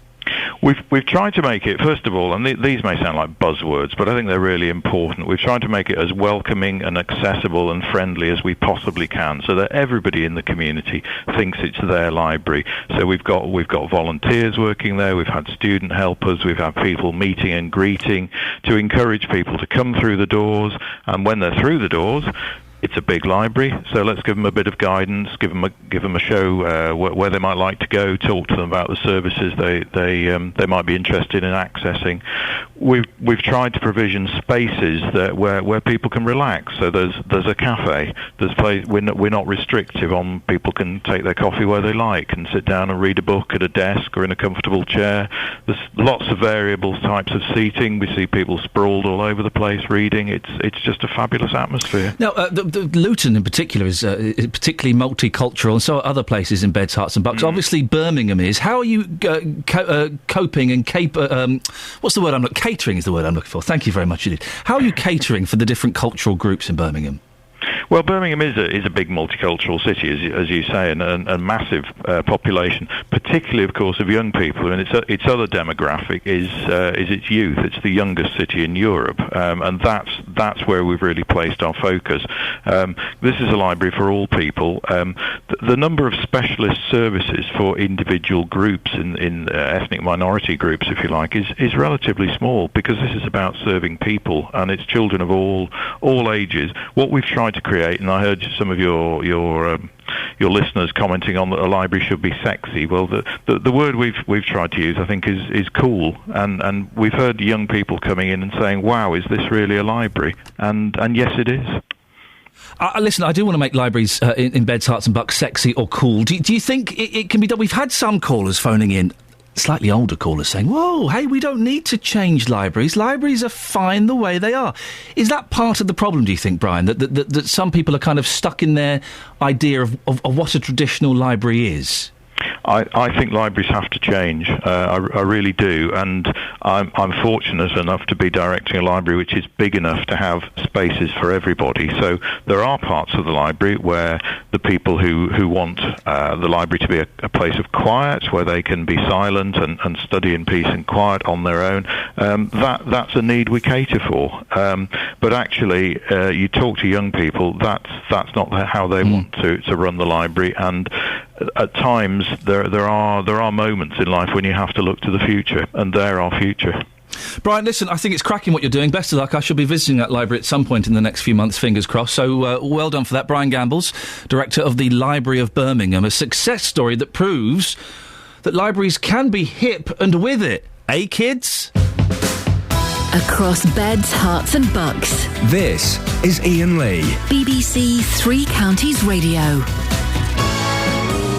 Oh, it's Friday the 13th. We've been talking about superstitions, and it turns out you are a rather superstitious bunch. We had one poor lady. Well, she did have a lot of bad luck on Friday the 13th. It would have been her husband's birthday today if he hadn't have died on Friday the 13th last year. So she has quite good reason to be suspicious of the day. But lots of you are very superstitious. Justin Dealey, you have been plagued with problems since the Krishners gave you a cursed elephant. Yes, they gave me an elephant last October, and since then I have had unprecedented bad luck. So when it comes to Hare Krishna elephants, yes, slightly superstitious, but Friday the 13th, it doesn't really bother me. Ian. Can I pick you up on something you said, and you said it earlier, and it's just making me... it's unprecedented. Yes. You say unprecedented. Okay. And that kind of would imply that there isn't a president involved, when actually there isn't a precedent, you see. Is this where you try and make out you're clever? No. It's the same thing as well. You say click when you mean clique. Okay. And it just really, no disrespect, I really do think you're one of the most... words that you can't pronounce. For example? Schedule? I do think you're one of the most adequate presenters that we've got working within the BBC network. And I think you could be a little bit better if you just said words correctly. Not the usual sort of feedback I get, but I appreciate it. Thank you. Well, I know it's quite positive feedback, so I can understand. Now, this morning, we've been looking for you to try and find... I wanted you to take out a small mirror and see if you could find anybody who's got the cojones, who is brave enough to smash that mirror. Have you found anybody? Yes, in the first hour we had somebody saying, do you know what, I don't believe in these superstitions, I would smash a mirror. Sadly, we didn't have a mirror. I went to Sainsbury's in Bury Park in Luton to buy a mirror. I did. Now, whilst I was there, I found a couple of listeners at the front that were talking to me. I said, is that the mirror you're going to take out and smash? I heard you earlier. And I said, yes, that's the mirror. At the same time, a gentleman was there called Mark Mulford, and he said, I heard you this morning, I would smash a mirror. I said, are you sure? Wow. He said, yes, I would do it. He's with me live right now. Mark, good morning. You're live across Beds, Hearts and Bucks. How old are you, Mark? I'm 40. Have you ever smashed a mirror before? Yes. OK, did you have any bad luck off the back of that? Not that I remember. Do you believe in superstitions? Certain ones. Such as? Salute magpies, wouldn't walk under a ladder. I mean, you're serious about this. You are genuine. You want to smash this mirror live on air. This is genuine. Yep. You don't feel scared? Not really, no. Your sister's here as well. You must be concerned about your brother for doing this. No, it wouldn't be the first thing that's been stupid that he's done in a long time. You see, if it was somebody in my family, I would be concerned because you never quite know. Superstitions, somebody smashing a mirror, it's meant to be very bad luck. Well, it's meant to be very bad luck, but working in vehicle rental and having to replace wing mirrors, on occasions they do get dropped. Very good point. OK, Mark, so just before you do this, can you confirm that in a week's time you will come back on and you will talk to Iain and let us know how your week's gone, whether you've had good luck or bad luck? Will you confirm you will do that for us? I can confirm I will come back and let you know. Justin, just let Mark know this. I'm looking forward to speaking to him next week, but we will have to be following him closely for the next 7 years. For the next 7 years, actually, we're going to be following your every movement. Is that OK? Yeah, if you want to. I mean, I know you like Iain, but maybe that's a bit too much over 7 years. Right, there's a picture of you on our Facebook page. If people want to go and see you, it's facebook.com/BBC3CR. So, Iain, are you ready for this? Oh, I am ready and this willing. Is Mark Mulford from Luton, who's about to smash a mirror live across Beds, Hearts and Bucks. Take it away. Oh, you couldn't smash it. Come on. Right, OK, you've done it. It's broken. How do you feel? Pretty much the same as I did just before I did it. OK, put these headphones on. Iain, talk to this man. This is Mark Mulford. Mark, listen, you're either a very brave or a very, very foolish gentleman. You who knows what demons you are invoking here. You've smashed the mirror. Yep. And I do hope Justin cleans this up afterwards. I hate to be accused of littering. Do you feel any different? Do you feel any kind of spectres floating around you? No, not at all. Are you normally quite a lucky gentleman, or which way does it go for you in terms of luck? Oh, so-so. So-so. OK, so if things started to get worse, you would definitely notice a downward trend in your luck? Yeah. Mark, listen, we're going to speak to you next week. We'll be speaking to you, for the next 7 years, hopefully, at some point. I hope nothing happens, and if it does... By the way, did you sign that form saying that if you do get any bad luck, you can't blame me or Justin for it? No. Nuts. Oh, and Iain, by the way... Yes? That mirror was £7. You said you'd pay me back. Well, Just saying. OK, we've got to go now. Cheers, bye. Thank you very much indeed. There you go. Well, I'm genuinely quite excited by that and feeling, if I'm honest, a little bit anxious. I do hope nothing bad happens to that gentleman. He sounded very, very nice. 08459 455 555. We'll have some music in a bit, shall we? Before that, let's get the latest travel news with Adam. Travel news for beds, cards and bugs. BBC Three Counties Radio. We're not doing too badly this morning. It hasn't been too bad on any of the main routes. I'm looking at the M25 cameras, and it is busy in the roadworks section. Waltham Abbey to Enfield, junction 26 to 25, and a little slow from Maple Cross to the M4, junction 17 round to 15, but much better than your average morning commute. Through Marlow, the A404's looking quite busy as you make your way up toward the M40 at junction 4. Some delays up at the top of the A1 southbound as you come through St Neots and down toward the Black Cat roundabout. It's fine though once you get toward the A1M. No trouble that I can see really on any of the other routes through the three counties or indeed in toward London. High Barnet though, Alston Road, still closed because of a burst water main between Puller Road and Wood Street. If you're travelling by train this morning, a bit of disruption for East Coast and First Capital Connect. They're both running with delays of up to half an hour. For East Coast, it's Peterborough to King's Cross. For First Capital Connect, that's Alexandra Palace to King's Cross and to Moorgate. And it's electrical supply problems at Finsbury Park. Adam Glynn, BBC Three Counties Radio. Thank you very much. It's 8:46. It's Friday the 13th of September. I'm Iain Lee. These are your headlines on BBC Three Counties Radio. A murder investigation has been launched after a 19-year-old has been found dead in Luton. After an elderly patient with dementia was left on a transport bus in Luton overnight, the council says it's now improved its service. And Luton Town play Wrexham in the conference this evening. Coming up, we're going to have a little bit of live music, but before that, let's get the weather with Elizabeth. Beds, hearts and bucks weather. BBC Three Counties Radio. Hello, very good morning to you. Well, we've got a very mild, muggy start to the day. A few outbreaks of drizzle likely, and this could lead to some showery outbreaks of rain at times as well. So not completely dry today, unfortunately. Going to turn west first, of course, over parts of Buckinghamshire. We do have some showery rain just pushing in over the next couple of hours or so. So feeling very muggy, very cloudy, very damp. Temperatures eventually getting up to 18 or 19 degrees Celsius this afternoon. That's 66 in Fahrenheit. Perhaps a brighter slot developing this afternoon, but brightness really quite limited, I'm afraid, for the rest of the day today. As we head into tonight's rush hour, we'll start to see some outbreaks of rain spread in from the west as we get into just after dark, really, between 7 and 8 o'clock. That's when we're starting to see the rain push in from the west, and it will turn heavy and persistent overnight. A very wet night to come. Temperatures down to 12 or 13 degrees Celsius. The rain's still around with us tomorrow morning too. It will eventually push off around lunchtime, so leaving us with a dry and a brighter afternoon. That's your slot to get out and about, I think, across the three counties over the weekend. It won't feel too bad, but it is going to be a chilly night on Saturday into Sunday. Sunday will start off all right, but gradually deteriorate as the day goes on. We're going to finish off Sunday actually with some very strong gusts of wind and some more outbreaks of rain, so very autumny over the weekend. That's the forecast. If you've got a problem with a company, a council or an organisation... They were really, really unhelpful. They laughed at me. The JVS show fights for your rights and tackles your consumer problems. We have been back 11 visits, each time because of the problems my husband's been having. Since the beginning of June, I've had no schedule freezer. If you need our help, email jvsshow@bbc.co.uk. Gentleman then agreed to refund me my money. As of yet, he's resold the vehicle and still no refund. The JVS show, weekdays from 9, BBC Three Counties Radio. Morning, this is Iain Lee, BBC Three Counties Radio. As you know, we like to have a little bit of live music on a Friday to end the week. I'm joined by Chrissy and Ben, who are the Shires. Good morning. Morning. Morning. Now, Chrissy, you managed to make... I saw on Twitter there was some concern that you might not wake up in time. Yes. It's a wee bit early for me, but...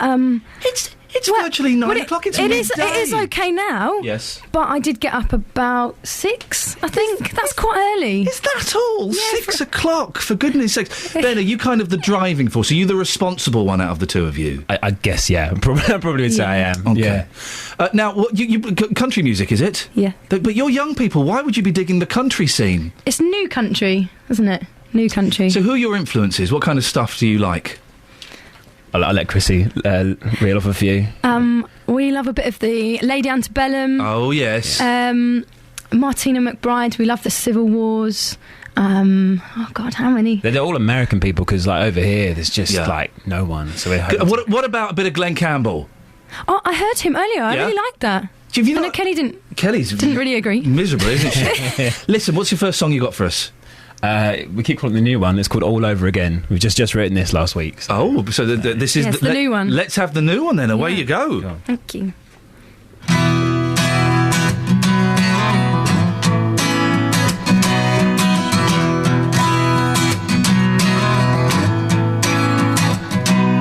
Back when you were younger and the summer would last forever.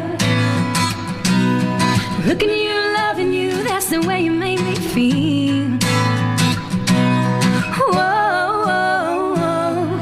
Too caught up in all that stuff we gon' lie. It's just you and me right now. I think I'm falling in love with you all over again. I think I'm falling in love with you all over again. When you look in my eyes and it's like the first time you gave me your heart and you just keep giving me more. Falling in love with you all over again. Back when I didn't know every little thing about you, I was figuring out, finding out what I'll do to make you smile. Whoa, whoa, whoa. You're too caught up in all that stuff we gon' lie.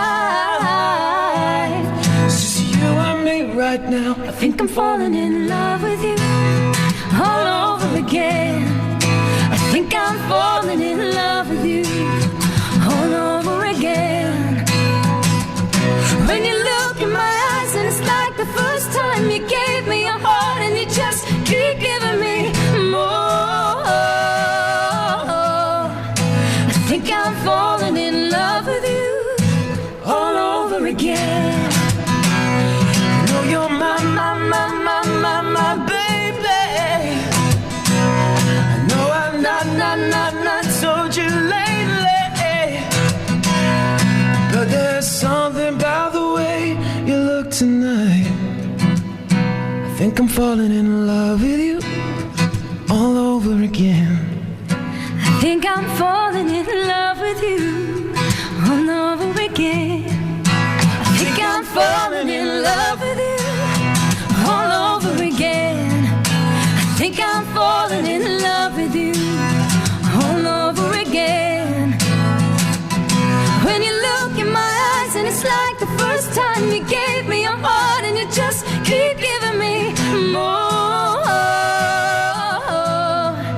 I think I'm falling in love with you. I think I'm falling in love with you. I think I'm falling in love with you all over again. All over again. So bounce, bounce, bounce, bounce, bounce, bounce, bounce, bounce, bounce, bounce. It's the remix of the Shires, coming at you alive. Whether your bed's hot or bars, then you can listen to us, sipping on milky tea, playing for Iain Lee. It's almost a freaking weekend, bringing country to BBC Three counties.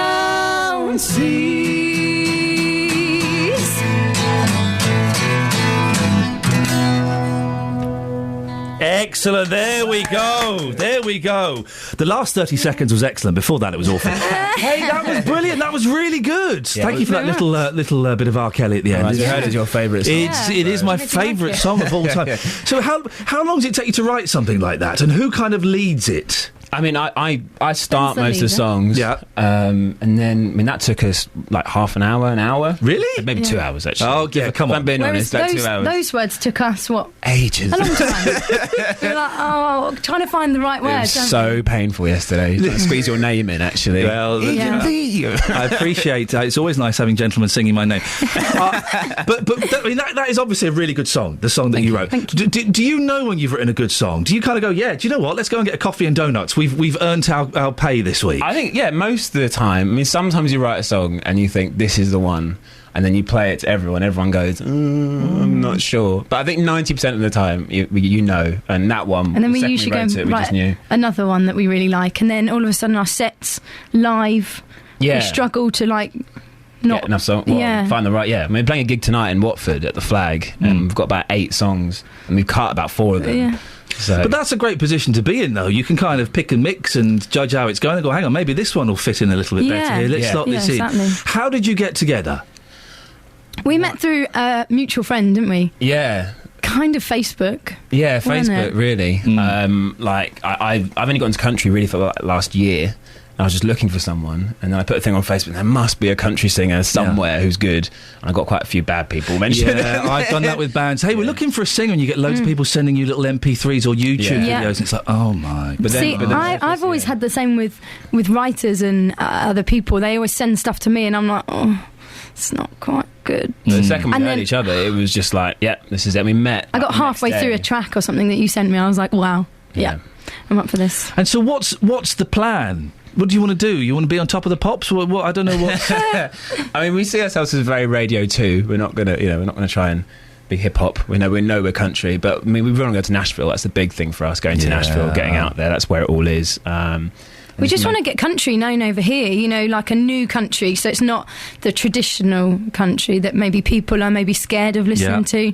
Something good a for bit you. newer. Yeah. Websites, Facebooks. Where if people want to find out more, where do they go? The Shires UK is our Twitter. Yep, we're on 87 followers. So trying to get that up a bit. We need to. Can we get to 100 before the end of the show? Please. So what's it at the Shires UK? The Shires UK. The Shires UK. Can we get to 100 followers before 9 o'clock? For goodness sakes, they're good. Listen, we've got time for one more song. I may ask you to hush your singing as you become the backing for the travel news, which I know is every young band's dream these days. Yes. Every young band wants to get that travel bed gig, and it could be yours today. What's the next song you got for us? This is the first one I ever sent Chrissy. So it's called Black and White. Away you go.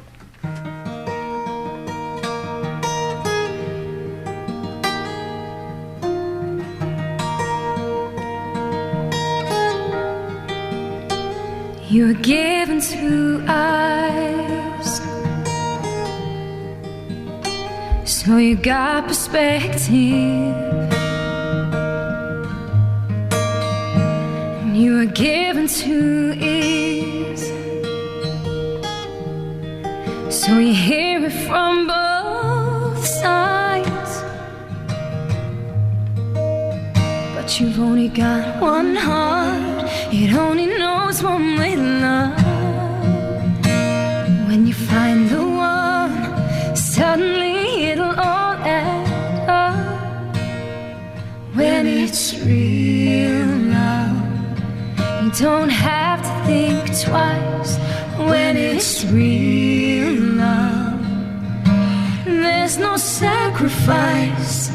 You just let go, 'cause you know you got it made for life. There's no compromise. Real love is black and white.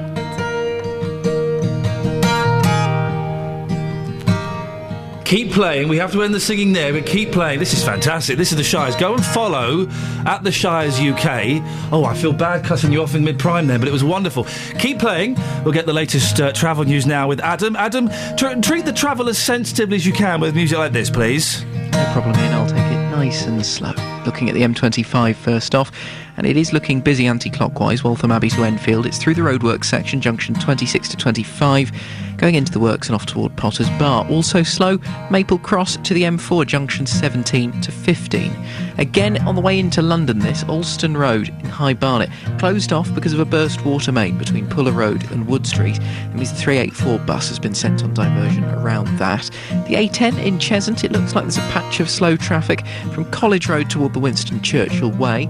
And the A1 A1M starting to look quite slow as you go past junction 7 at Stevenage. If you're travelling by train, a couple of problems, I'm afraid. East Coast running with delays of up to half an hour, Peterborough to King's Cross. It's electrical supply problems at Finsbury Park causing the issue. First Capital Connect affected as well, Alexandra Palace to King's Cross and through to Moorgate. Adam Glynn, BBC Three Counties Radio. Adam, thank you very much indeed. We'll keep playing. We've got good news. We've got you up to 92 followers on Twitter. Amazing. Up to 92. Chrissy and Ben, thank you so much for coming in Thank at you the very Shires much. UK. That was absolutely wonderful. Right, that's it. That's a lot. New podcast coming out later on today.